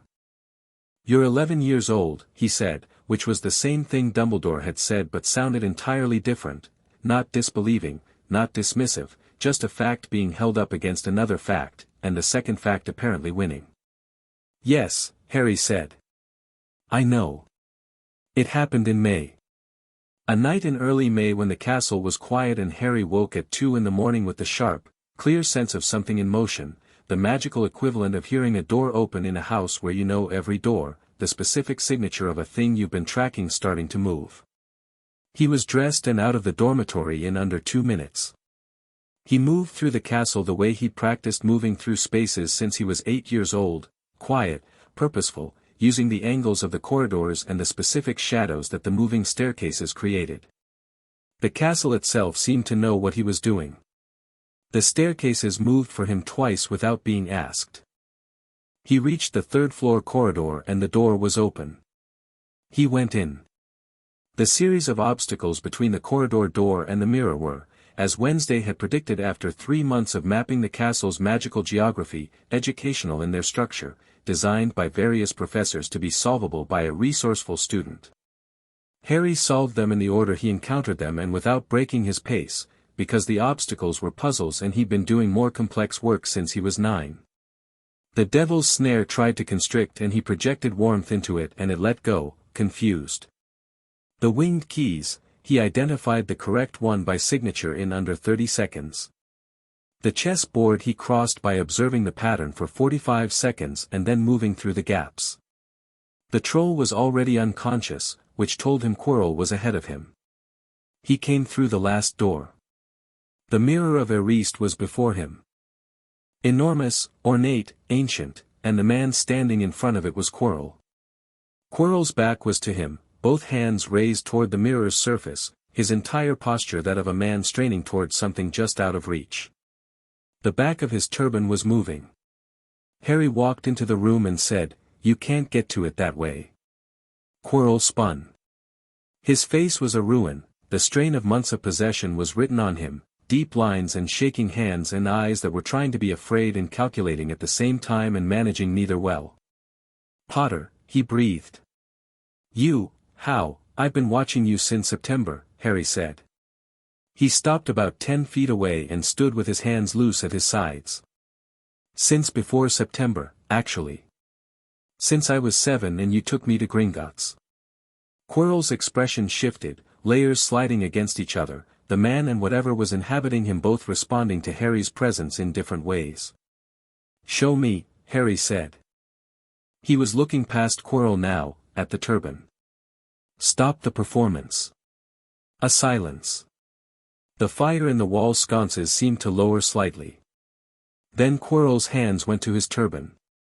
He unwound it slowly, with the exhausted inevitability of a man doing something he's been dreading for months, and underneath was a face that Harry had never seen but recognized immediately from descriptions, from the magical signature, from the quality of the specific darkness it radiated. A face pressed into the back of Quirrell's head, pale and noseless and red-eyed, looking at Harry with an expression that was doing something Harry had not expected. It was curious. Not raging.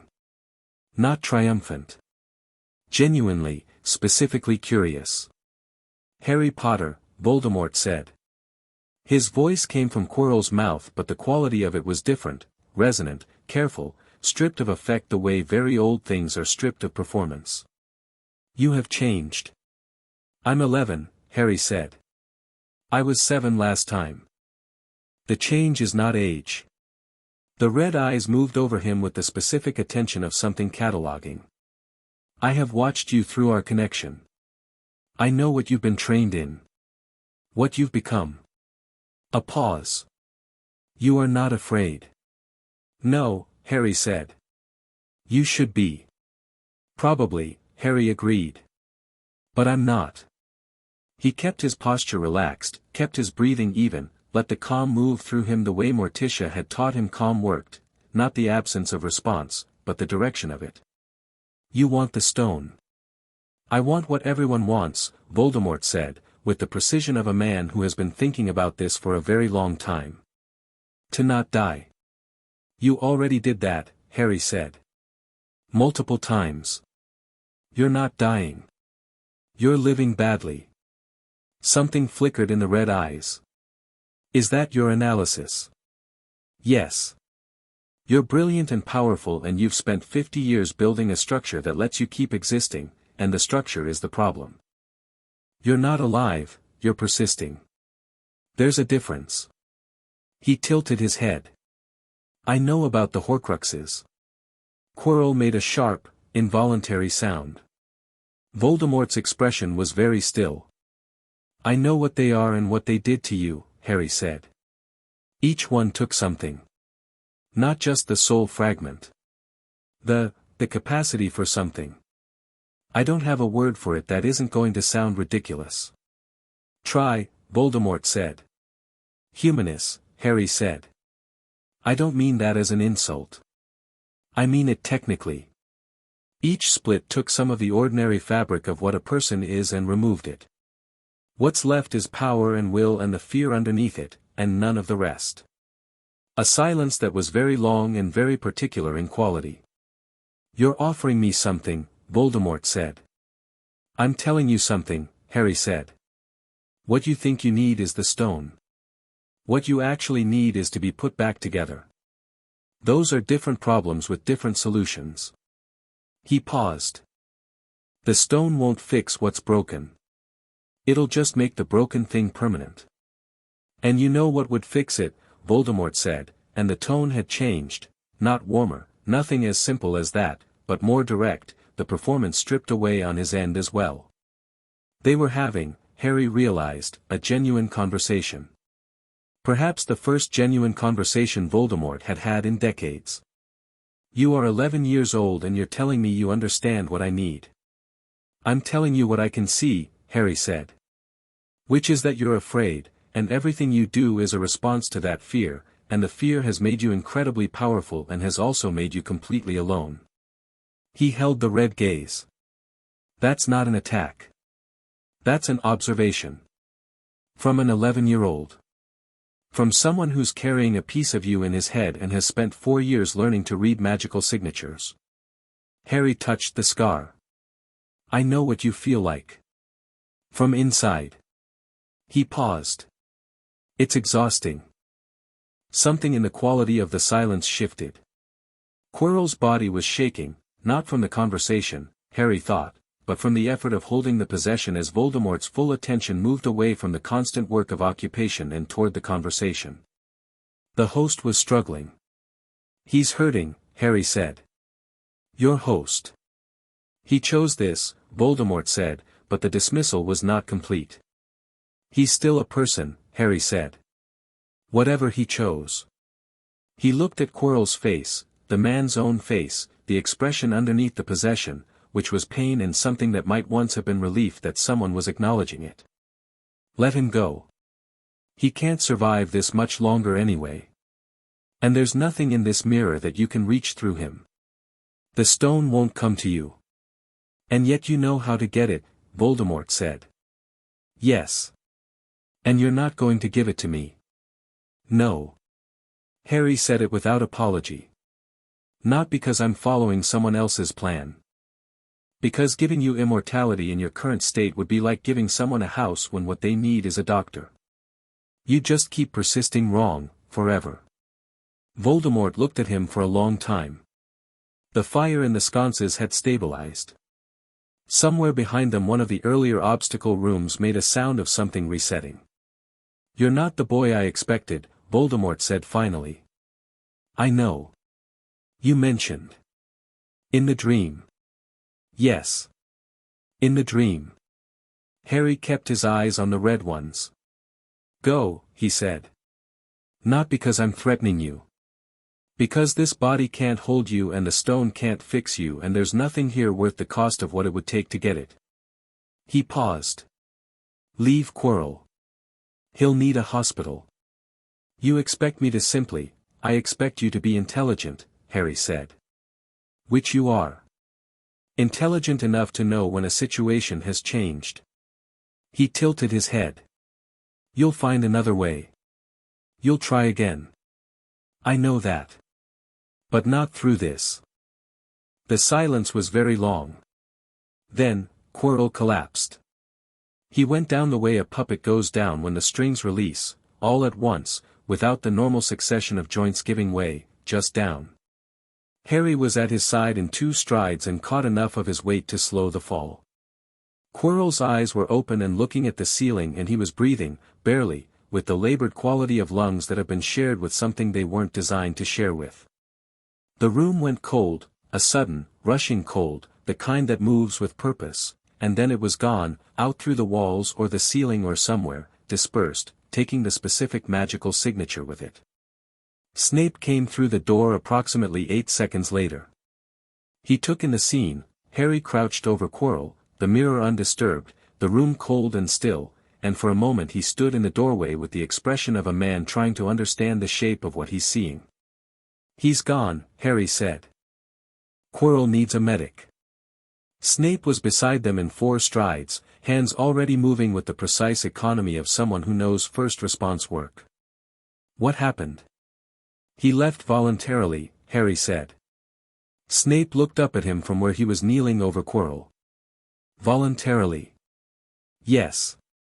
You talked him out of it. We had a conversation, Harry said. Snape stared at him. It was, Harry thought, the only time he'd ever seen Snape genuinely at a loss. He was going to fail anyway, Harry said. The possession was collapsing, the stone wasn't reachable through Quirrell, and the alternative I was offering was, what alternative? Harry paused. He thought about what he'd actually offered, which was, he realized, not a concrete thing but a specific kind of honesty. The statement of what was true. I told him what I saw, Harry said. Somebody had to. Dumbledore arrived 20 minutes later, which was fast enough to confirm he'd been watching some of it and slow enough to confirm he'd waited to see how it resolved. He came through the door with Fawkes on his shoulder and the calm of a man who has prepared for multiple outcomes and found he's in one of the better ones, and looked at Harry with the complicated expression that Harry had come to think of as his specific Dumbledore look, admiration and calculation and genuine warmth all running simultaneously, impossible to fully separate. "Harry," he said. "He's gone," Harry said. "For now. Quirrell needs the hospital wing." "Fawkes can carry him," Dumbledore said, and there was something happening in the old man's eyes, something that was not the prepared response but was actual response, actual surprise, genuine recalibration. "You spoke with him?" "Yes." "What did you say?" "The truth," Harry said. "He's fragmented himself so many times he doesn't know what he wants anymore, he just knows he's afraid. I told him what I could see." He looked at Dumbledore steadily. He listened. Dumbledore was quiet for a long moment. "I didn't anticipate that," he said. "I've spent 40 years fighting Tom Riddle and I never," he stopped. "He needed someone to see him without an agenda," Harry said. "Everyone who encounters him either fears him or wants to use him. I didn't do either." "The Addams approach," Dumbledore said, not dismissively, with something like genuine wonder. "My approach," Harry said. "Mine and my family's." Fawkes trilled softly from Dumbledore's shoulder. The sound filled the room with something warm and clean and Harry felt it land on him like sunlight. "You're all right?" Dumbledore asked. "Yes," Harry said. "The stone is safe. I didn't touch it. I didn't need to." He looked at the mirror. "Whatever you do with it next, do it somewhere that doesn't involve a school." Dumbledore blinked. Then, slowly, he smiled, and this one was genuine, Harry thought, stripped of the usual calculations, just a very old man recognizing something true. "Yes," he said. "You're quite right." He wrote to Cemetery Lane that night. Not a long letter, he was tired, the deep, settled tired of someone who has done something that required everything and it worked. He wrote to Morticia and told her what had happened and how it had gone and he wrote at the end, "I'm okay. Actually okay. Coming home in 6 weeks." He sealed it and gave it to the Hogwarts owl and got into bed and looked at the ceiling of the Slytherin dormitory, which was below the lake, and watched the water move in the green light through the high windows and thought about a man who had fragmented himself into incompletion trying to live forever, and about a house with a gate that groaned, and about the difference between persisting and living. He was asleep in 3 minutes. Chapter 6, The Price of Owning People. Summer arrived at Hogwarts the way summer always arrived, gradually and then completely, the grounds going green and warm and the lake catching the light in a way that made even the dungeons feel less dungeon-like. Exams came and went. Harry sat them with the calm of someone who has been educated well and knows it, not arrogant about it, just settled, the way good preparation always settles you. He came first in defense against the dark arts, which surprised nobody who'd been paying attention and surprised several people who hadn't. He came second in potions, behind Hermione, which he considered an entirely appropriate outcome and told her so, and she looked at him with the expression she'd developed over the year for things Harry said that she hadn't expected, a kind of surprised pleasure she was still learning to receive. He did well across everything else, competently across the board, and the only class where he'd had to actively restrain himself from exceeding the curriculum by a margin that would require explaining was Transfiguration, where McGonagall had at one point stopped the class to look at what he'd produced and said, with the careful precision of someone choosing exactly the right word, "sufficient." Which, from McGonagall, he'd been told by the twins when he reported it at dinner, was equivalent to anyone else standing on a table and shouting. The year-end feast was the night before the train home. Dumbledore gave a speech that was partly the standard end-of-year warmth and partly something else, something Harry hadn't heard from him before, or not in this form. It was humbler. Not dramatically, not in a way that announced itself, but in the specific way that a person speaks differently when something has shifted in their private accounting of themselves. He mentioned courage in terms of understanding rather than action. He mentioned wisdom as a willingness to revise. He did not mention Harry by name, which was its own kind of acknowledgement. Harry listened from the Slytherin table and thought, he's not done calculating. He'll never be done calculating. But something moved. He wasn't sure yet what to do with that. Wednesday, from the Ravenclaw table, met his eye across the hall and gave a small nod that contained about 7 sentences of analysis. He nodded back. The train home was full and bright and loud in a good way, the way things are loud when they're full of people who are glad about something. Ron sat with Harry and Wednesday and Hermione, which was now their established configuration, Gryffindor, Slytherin, Ravenclaw, and the Ravenclaw who wasn't quite categorizable, all in one compartment, and the compartment was better for it. Hermione had her end-of-year summary in her lap, which was a document she had written herself and not a standard form, running to 12 pages of close-written assessment of every subject and what she intended to address over the summer. She caught Harry looking at it. "I know," she said. "I wasn't going to say anything." "You were going to say something kind about it that contained a suggestion," she said. "Read more theory," he said. "Less assessment of what you've already done, more investigation of what you haven't encountered yet." She considered this for a moment with the expression of someone who dislikes a piece of advice and is trying to work out whether that means it's wrong or whether it means it's right. "You're saying I review instead of explore." "Sometimes," he said. "You're brilliant at the work. The review is a way of checking that you're still brilliant. You don't need to check. You need to move forward." Ron was watching this conversation with the comfortable expression of someone watching two people he likes doing something characteristic. "He's right," he said. "I know," Hermione said, slightly more quietly. "What are you doing this summer?" Ron asked Harry. "Going home," Harry said. "There's a procedure Morticia wants to handle." He touched the scar briefly, the way he always touched it when he mentioned it, not self-conscious, just locating it. "Something with the connection to Voldemort. She's been developing the method for months." Hermione's expression went through about 4 things rapidly. "She can, that's possible. The scar connection, she thinks so. She's been certain for a while." He looked at Hermione. "Come visit. Both of you. If you want." He looked at Ron. "You already know the house." Ron's face lit up. "The green room spider is actually fine after the first night," he told Hermione. "Once you understand that it's completely clean and just sits there. It's sort of companionable after a while." Hermione looked at him. "A dinner plate spider." "Approximately. Companionable.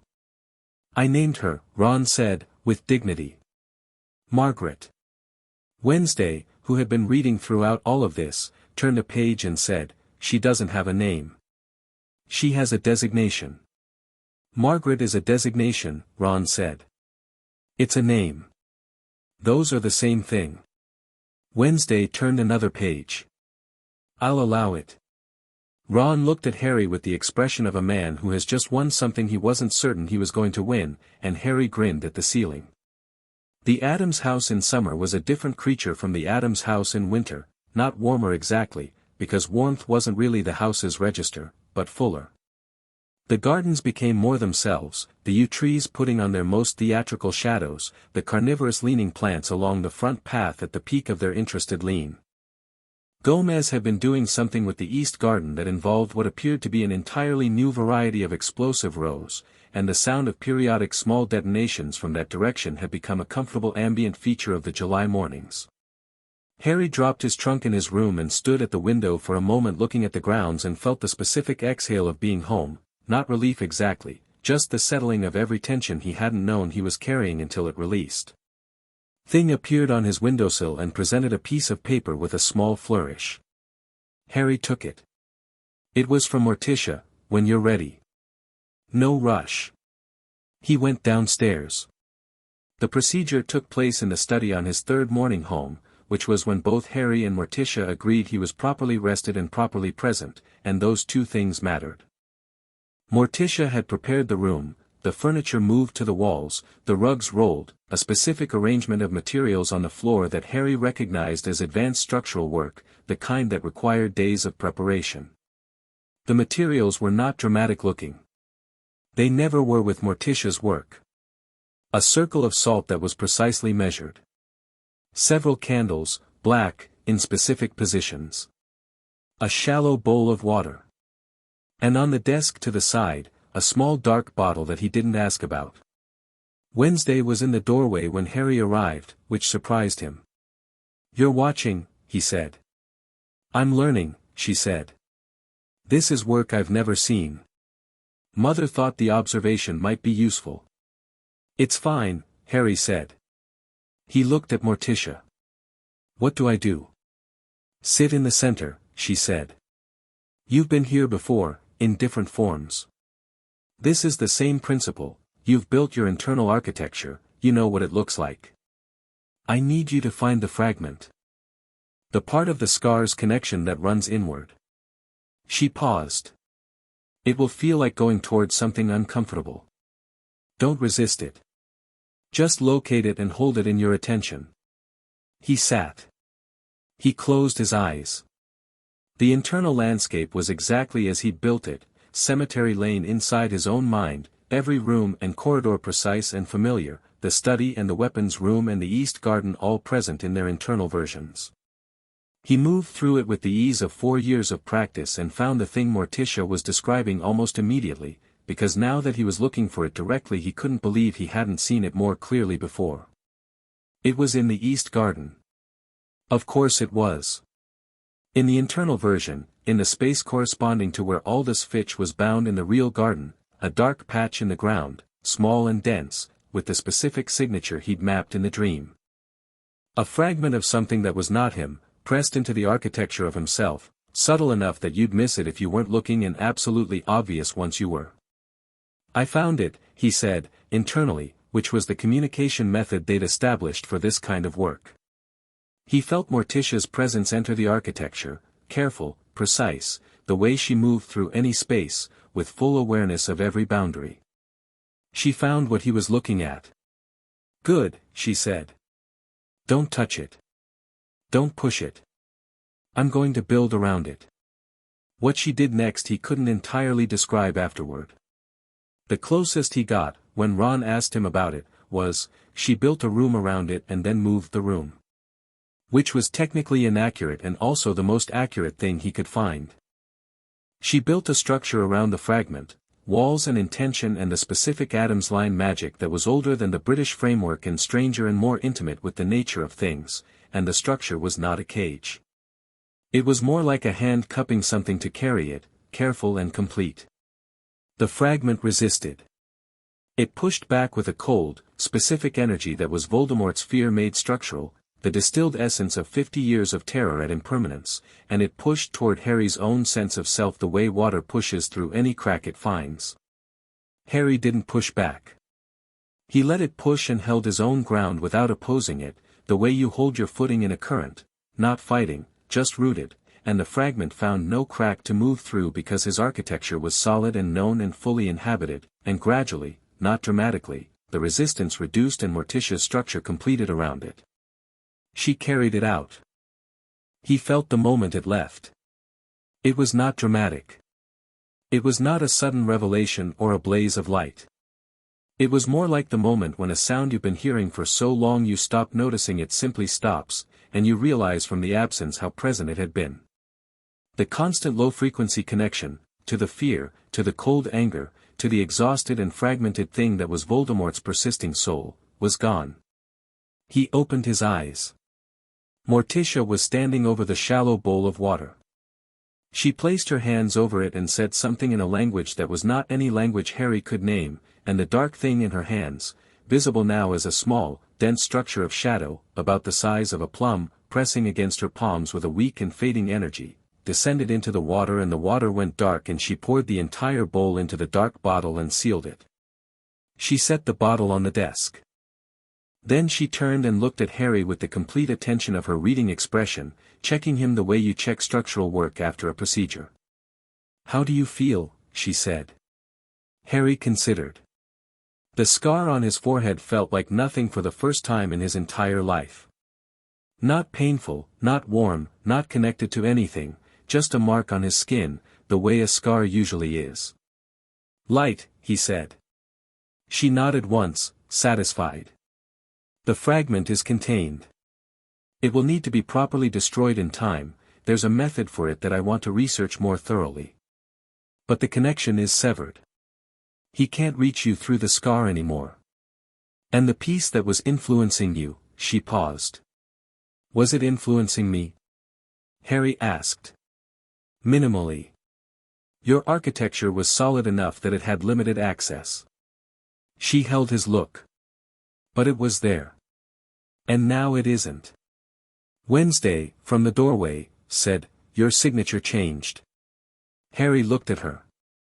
When she took it out, Wednesday said. There was a change. Your magical signature is, cleaner. She tilted her head. More entirely yours. Harry sat with that for a moment. More entirely yours.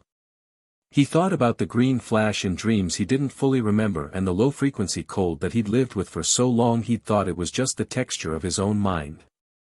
Good, he said. Dumbledore arrived in July. He came properly this time, through the front gate, with a note delivered in advance through owl post, asking if he might speak with Harry and the family together. The note was courteous in a way that was different from his previous courtesies, more careful, less structured to maneuver. Harry said yes. They met in the front parlor, the same room where they'd had the first confrontation 4 years ago, the furniture still slightly hostile to non-family, and Dumbledore sat in the chair that faced all the others with his hands on his knees and looked, for the first time in Harry's memory, like a man who had come without a prepared position. Gomez was there, and Morticia, and Wednesday, and Harry. Lurch stood in a doorway because Lurch always stood in doorways when important conversations were happening, which Harry had come to understand was a form of declaration, this family is witnessed. Dumbledore looked at Harry for a moment and then said, I owe you an apology. Several. I want to try to give them to you honestly. Nobody spoke. The room waited. I knew about the Addams bloodline when I placed you with the Dursleys, he said. The records were not obscured from me, I had access to Lily's full lineage from before she came to Hogwarts.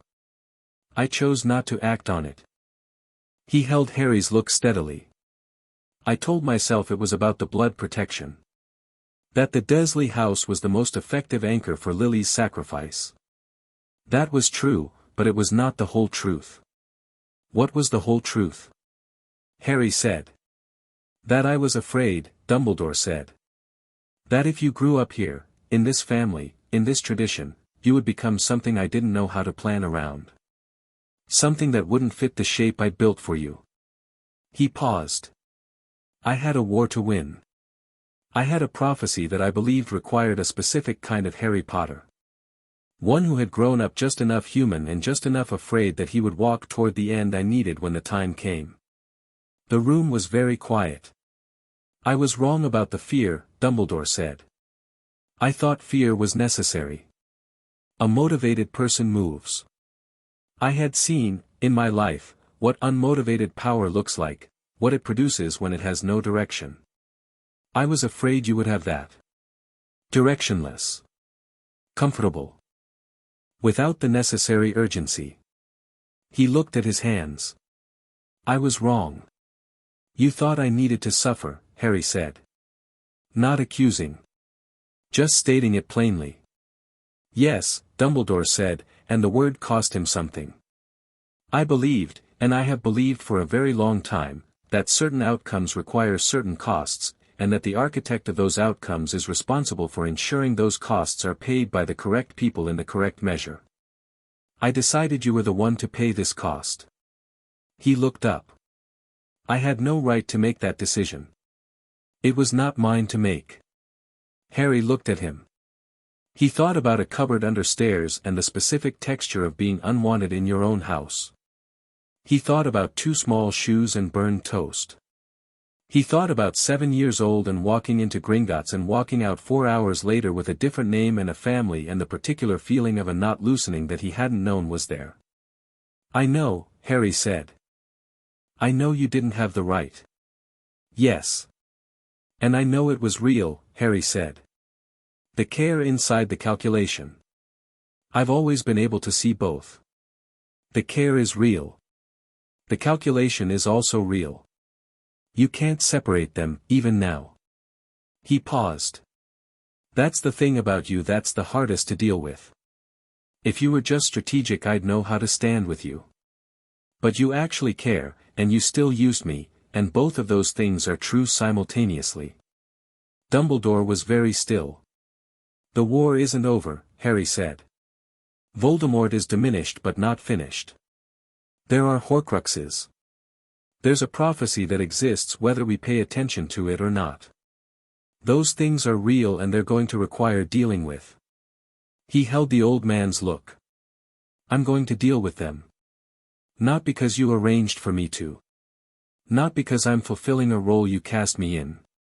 Because they need dealing with and I'm the one who can." He paused. "That's a different thing." "Yes," Dumbledore said quietly. "It is. So here's where we are," Harry said. "You can be useful. You know things I don't know yet. You have access and history and understanding of the wizarding political landscape that I'm still building. Those are real assets and I'm not going to be stupid about ignoring them." He tilted his head. "But you work with me. You tell me what you know when it's relevant without deciding in advance what I need to know and what I don't. You don't arrange situations. You don't engineer encounters. You don't manage my narrative." Dumbledore looked at him for a long time. The calculations were still running, Harry could see them, they would always run, it was simply who Dumbledore was, but something had changed in what they were calculating. The inputs had shifted. "I can agree to try," Dumbledore said. "Whether I will fully succeed is, I am aware of my own patterns." He said this with a self-knowledge that was both genuine and slightly sad. "I have been the architect for so long that I don't always know when I'm doing it." "I know," Harry said. "I'll tell you when I see it. And you'll listen." "Yes," Dumbledore said. "I'll listen." He looked at Morticia then. "I know I don't have the standing to thank you," he said. "I'm aware that thanks from me for something I should have arranged myself is, don't," Morticia said, pleasantly. "I didn't do it for you." "No," he said. "I know. But," she said, and held his look, "if you work with him honestly, if you do what you've said, that will be sufficient." Dumbledore nodded. He stood, smoothed his robes, and looked at the room, at all of them, at the family arranged in the slightly hostile furniture of a parlor that had witnessed a great deal, and for a moment he looked genuinely old and genuinely tired and genuinely something like relieved. "I'll see myself out," he said. "Lurch will see you out," Morticia said. "It's polite." Lurch straightened in the doorway and inclined his enormous head toward the hall with the bearing of a man who considers hospitality a solemn duty. Dumbledore followed him out. The thing with Lucius Malfoy happened in August. Harry hadn't expected it, or not in August. He'd anticipated that Malfoy Sr. would become a problem at some point, because he was a man who had been promised a certain shape of Harry Potter by Dumbledore's social management and had received something entirely different, and men like Lucius Malfoy did not react well to their expectations being disappointed. The letter arrived at the house addressed to Harry Potter, not Potter Addams, which was itself a statement of position. It was long and elegant and laid out, in the formal language of wizarding correspondence, a case for why Harry ought to present himself differently in his second year, ought to align himself with certain established families, ought to be more considered in his associations, ought to understand that the Addams household, while charming, was perhaps not the most strategically sound foundation for a young man with his particular name and destiny. It said none of this explicitly. It said all of this completely. Harry read it once. Then he gave it to Wednesday. Wednesday read it and set it down and said, "He's afraid Draco is going to side with you over him." Harry thought about Draco, who had spent the year finding, slowly and with considerable caution, that the framework he'd been raised in didn't fully account for the world as it actually was. He should be, Harry said. What do you want to do about it? Harry thought for a moment. Nothing yet. Let him send another letter. He paused. He will. He'll escalate. The first letter is an offer. The second one will be clearer about what it is. A threat. Or a test. He doesn't know yet whether I can be pressured. Harry looked at the letter. I can write to Draco. Let him know what's happening. It's his father, he has a right to know what's being done in the vicinity of his name. He wrote to Draco that afternoon. Straightforward, no performance. Your father sent me a letter suggesting I adjust my associations and my approach. I'm not going to do that. I wanted to tell you directly rather than have it come up indirectly later. What you do with the information is your business. Draco's reply came back in 2 days. It was short. I know. He told me he was sending it. I told him it wouldn't work. He sent it anyway. A pause in the letter, visible as a gap in the pen pressure. I'm sorry. Another gap. He's difficult at the moment. Harry wrote back, you don't need to apologize for him. He's not you. Draco didn't reply to that one. But Harry thought he understood why. The second letter from Lucius arrived 3 weeks later and it was, as predicted, considerably less elegant and considerably more specific. It made references to the ministry connections Lucius had.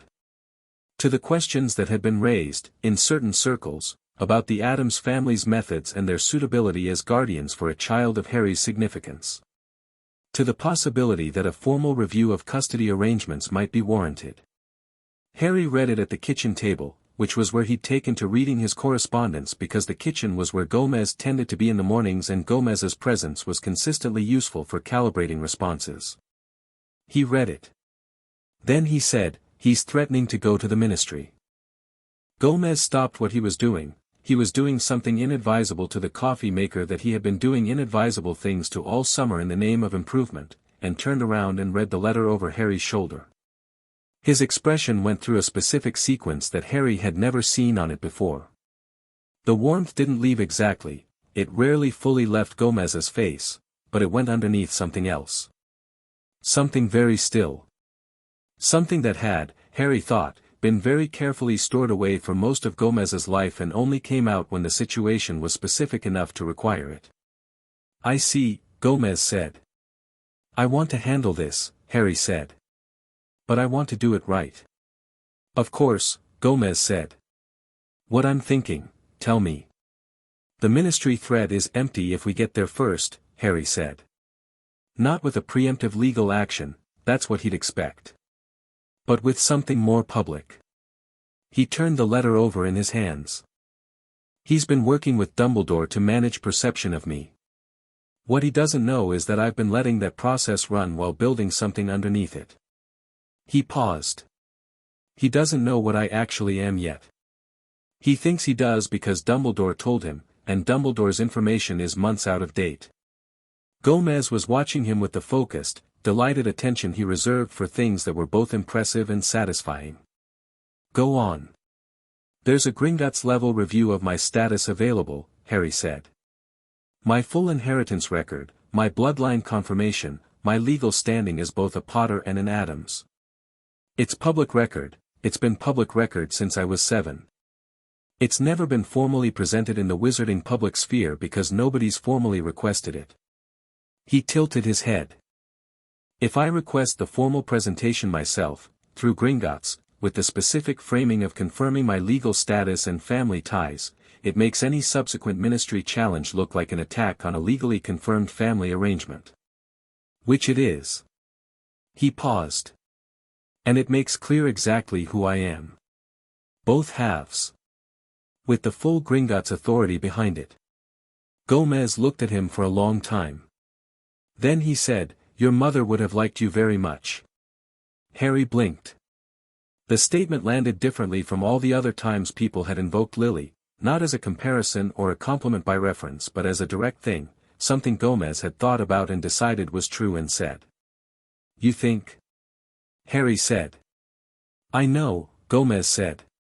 "She was Evan's blood and Addams' blood and she was brilliant and she saw clearly and she chose what she chose with full understanding of the cost." He paused. "You think the same way? You feel the same way? Not the same person, but the same quality of person." He put a hand on Harry's shoulder briefly. "Write to Ragnarok." Harry wrote to Ragnarok. Ragnarok's response arrived the next morning, before breakfast, in Gringotts' official hand, and contained a formal schedule for the public presentation of Harry James Potter Addams's full inheritance and legal status record at the British Gringotts Main Hall, open to any interested party, in 3 weeks' time. The invitation was, per Gringotts' standard procedure, posted in the main hall immediately and copied to the Ministry's Department of Magical Records and to every major wizarding publication. Harry sent the schedule to Lucius Malfoy's home with no accompanying note. The second letter received no reply. The presentation was on a Wednesday in late August, which Harry thought was appropriate. More actions. AI chat. Your membership has more than you've tried. See what you're missing. Claude Sonnet 4.